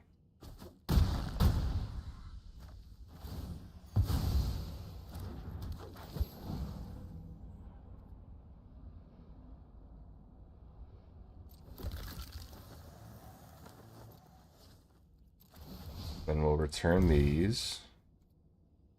We'll return one of them.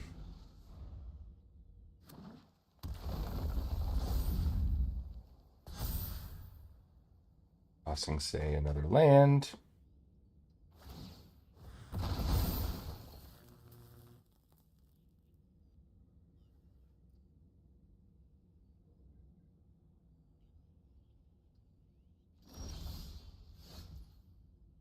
Nice. We can go Case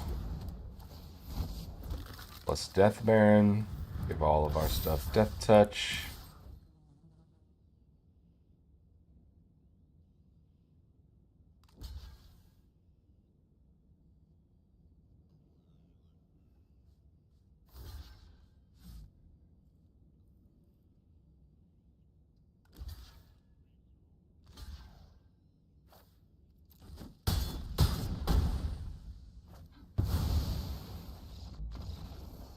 All right.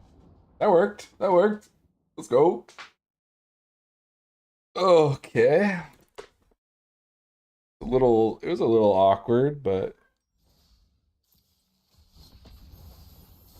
GG, GG. Oh God, I'm tired today. Mm.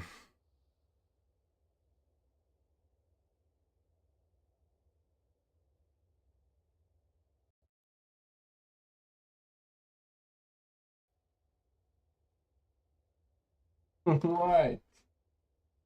What kitty? Huh? You just want to get up there and drink the milk, huh? You just want to drink the milk? Yeah. Interesting.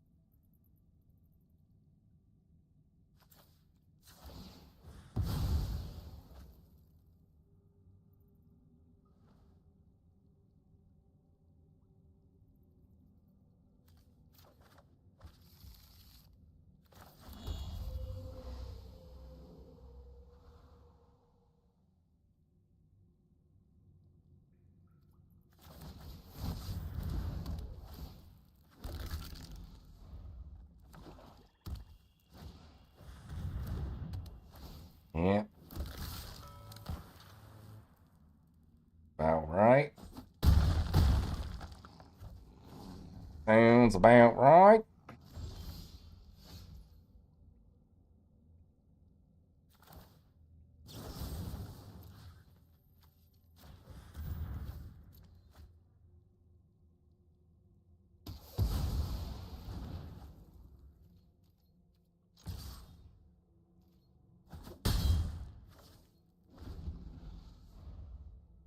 Is land sanctuary swing? Oh, okay.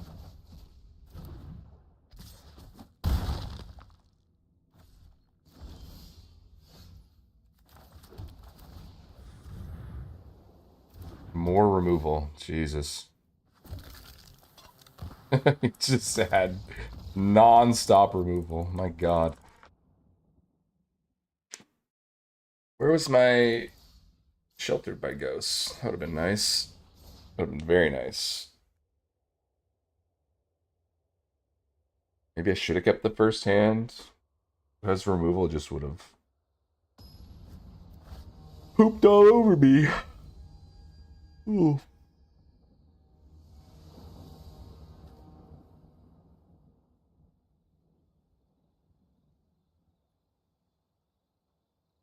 No.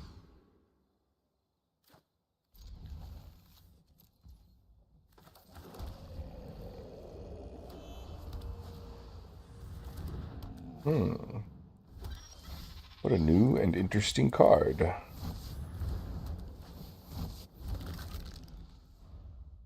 What a new and interesting card you've got there, sir.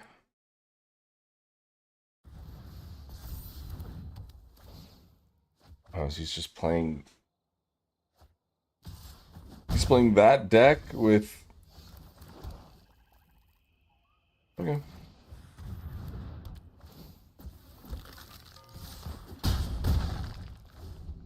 Okay. Well, he probably wins next turn.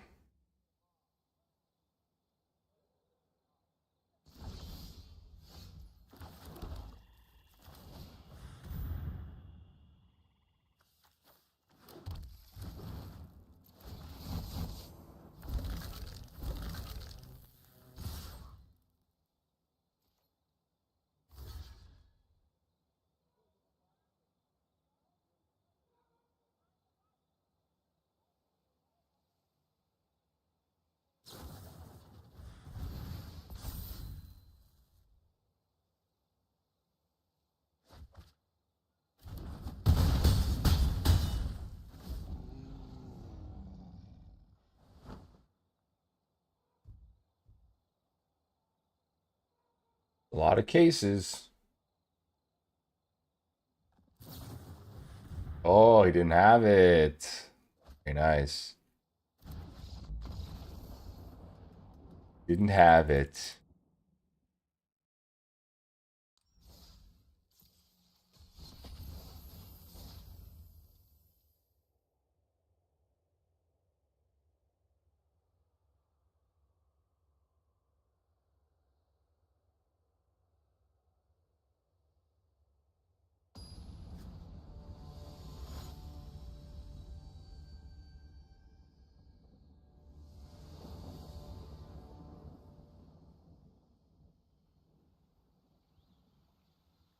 Relying heavily on the draw here, but we're really good at drawing what we need.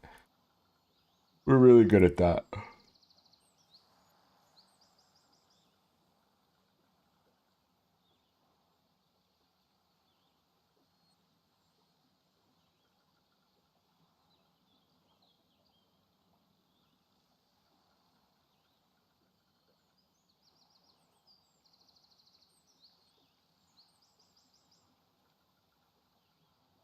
All right, opponent's taking their time, taking their time. No problem. No problem.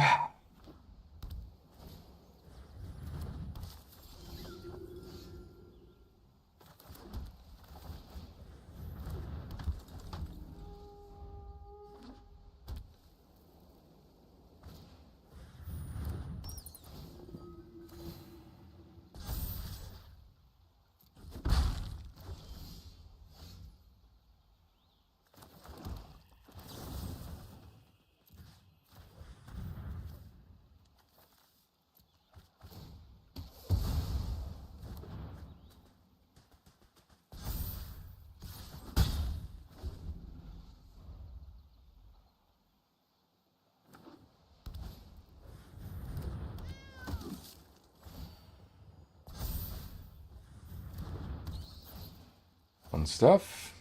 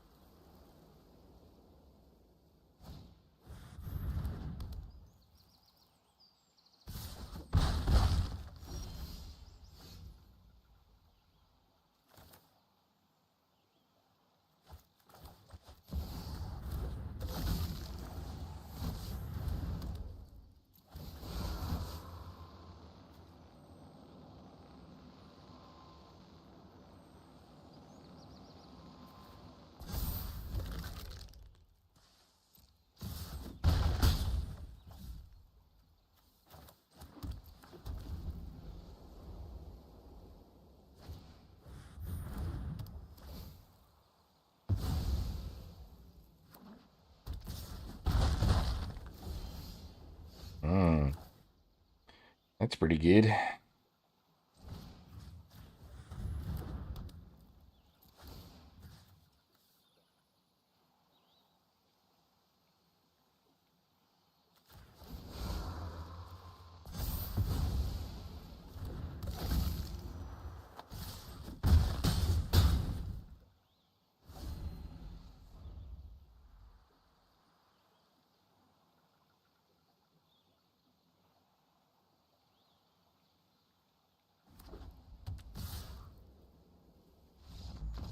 Bye bye. Bye bye. Too easy, too easy.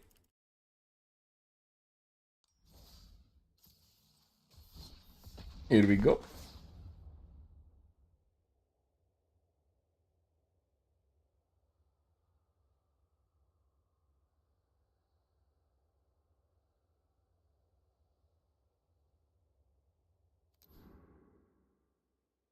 I think the tap land has to come out. Just too slow. Too slow. You go. Oh, just out of planes. I don't like Death Baron either. Feel good enough. Enchantment.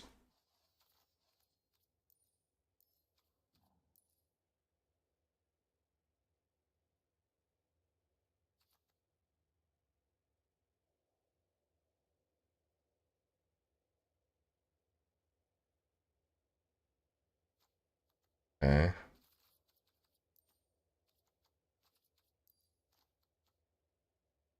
Yeah, nowhere to run. Be really good. Look at that.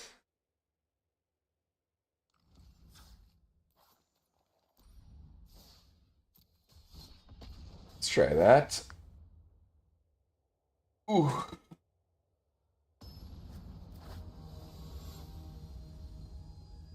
Blade Wing the Risen.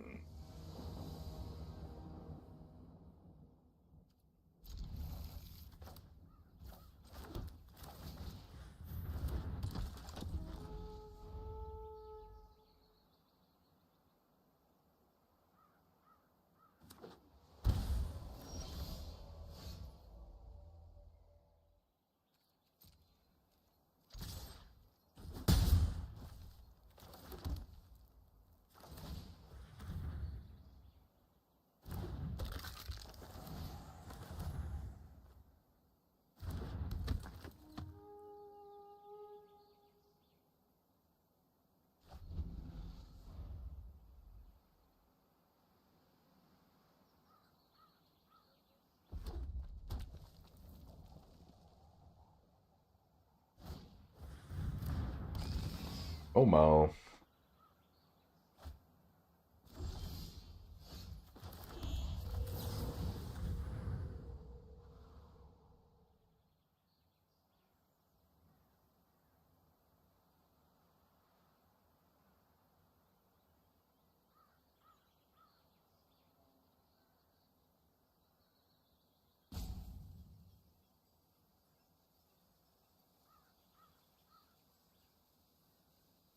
Is there a free spell I'm not aware of?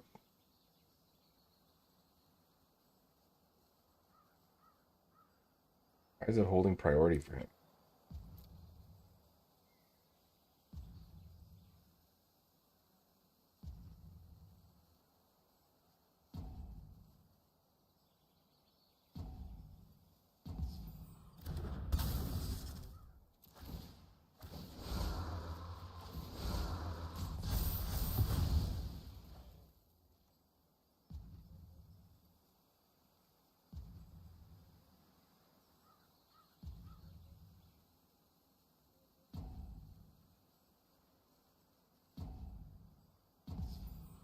He's upset. I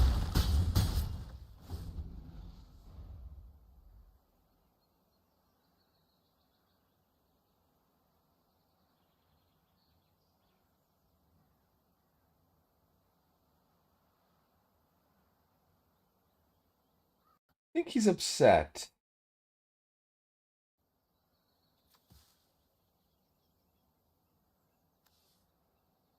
A cool looking FOMO, kind of. I like the art. I don't know if I like the whatever the hell's going on the outside of it. The art's cool.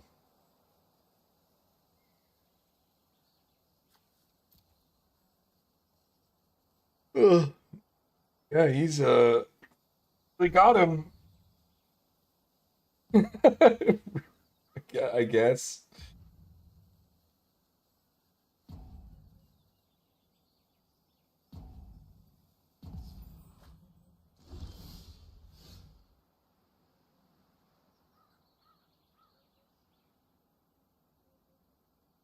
He doesn't even know we just drew lands.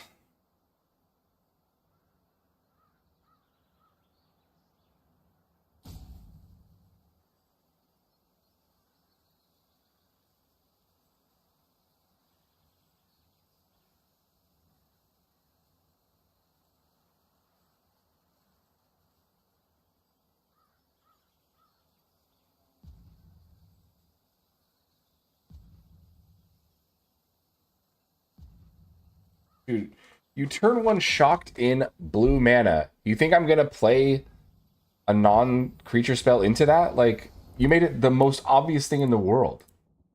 What you were doing. Like, what the hell? Alright. One last game.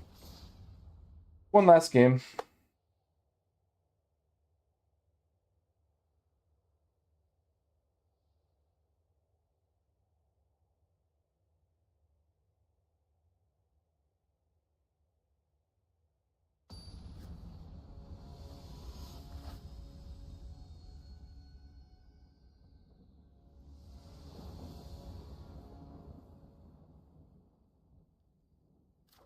Hmm.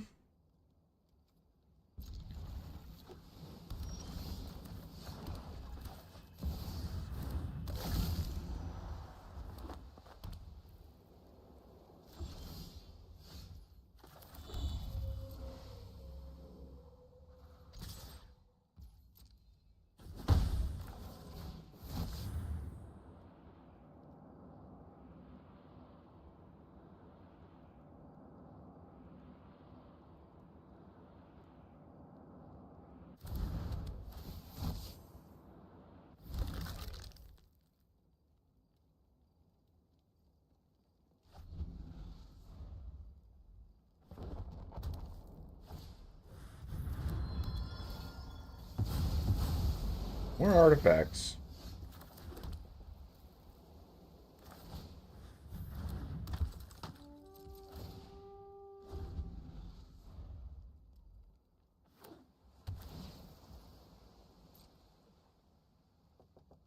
People be playing artifacts, that's for sure. I'll go get a land.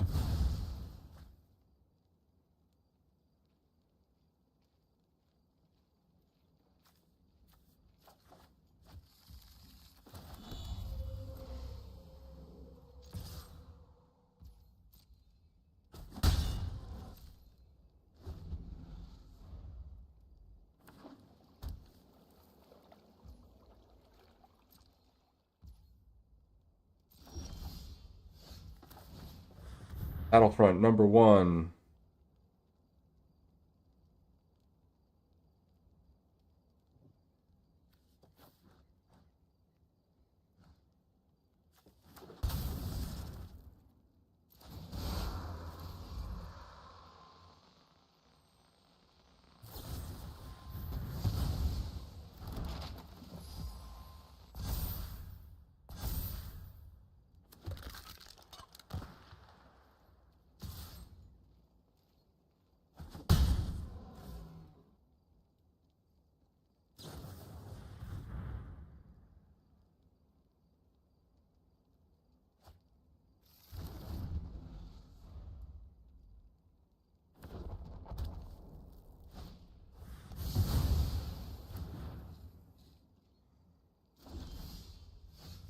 Battlefront number 2.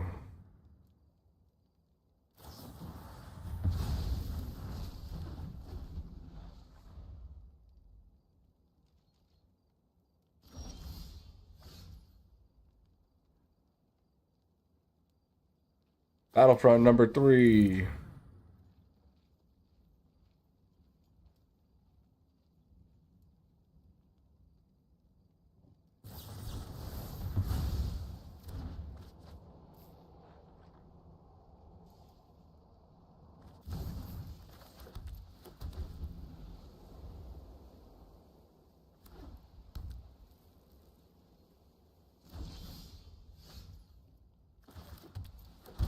Corpses.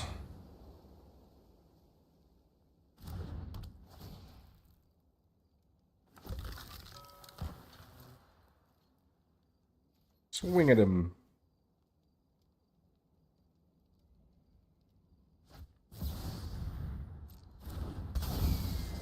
One she dies.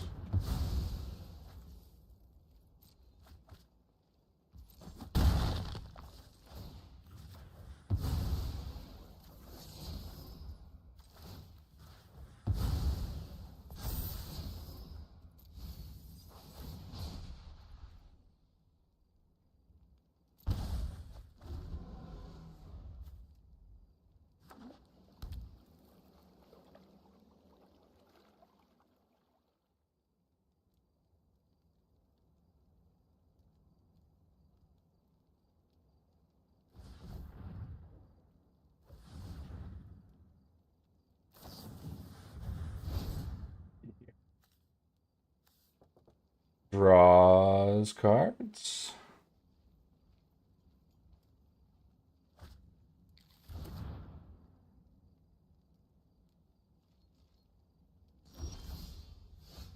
Okay, we draw Irribly. Let's cast.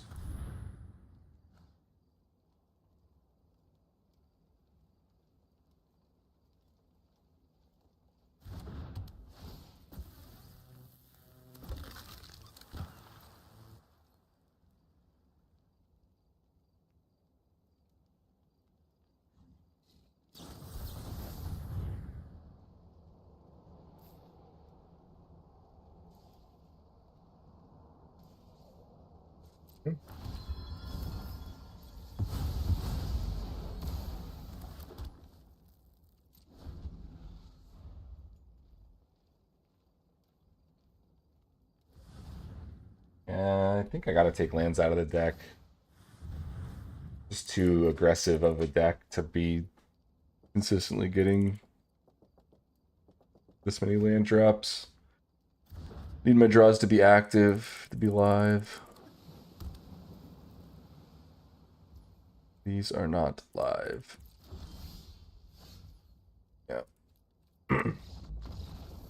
Yeah, not good enough. Playing hard control in unranked is a choice you can make. I think it would be like it's 24. Go down a swamp.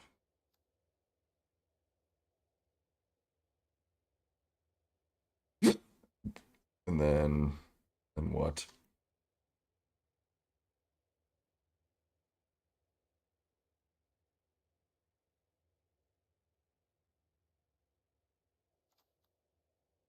A shelter maybe. Something like that. All right. Well, that's it. That's gonna be the end of the stream for me. Thanks for coming and hanging out. Appreciate everyone who stopped by, chatted. Jose, thank you for always being in every stream. Little slow one today. That's all right. Yeah, gonna have another video this weekend. Probably gonna do a video on this Boros Artifacts deck. I don't think it's particularly good deck, but it is pretty fun, and some people might find it interesting. I do enjoy playing it. Weapons Manufacturing is just a really cool card that I just really wanted to build around, and I think I successfully built a deck that does something around it. So there's that. But I think there's a lot more potential for this card. I think there's, adding black, there's something to be said about that. Um, Definitely want to experiment a little bit more with maybe like Mardu or something like that. But yeah, until then, um, going to maybe stream this weekend, maybe not. I don't know. We'll see. But if not, then I will see you guys on Monday at 4 o'clock Pacific. Again, thanks for hanging out. Please check out my YouTube if you haven't already. I'm going to spam it here. And yeah, thanks again. Have a good one, guys. Have a great weekend.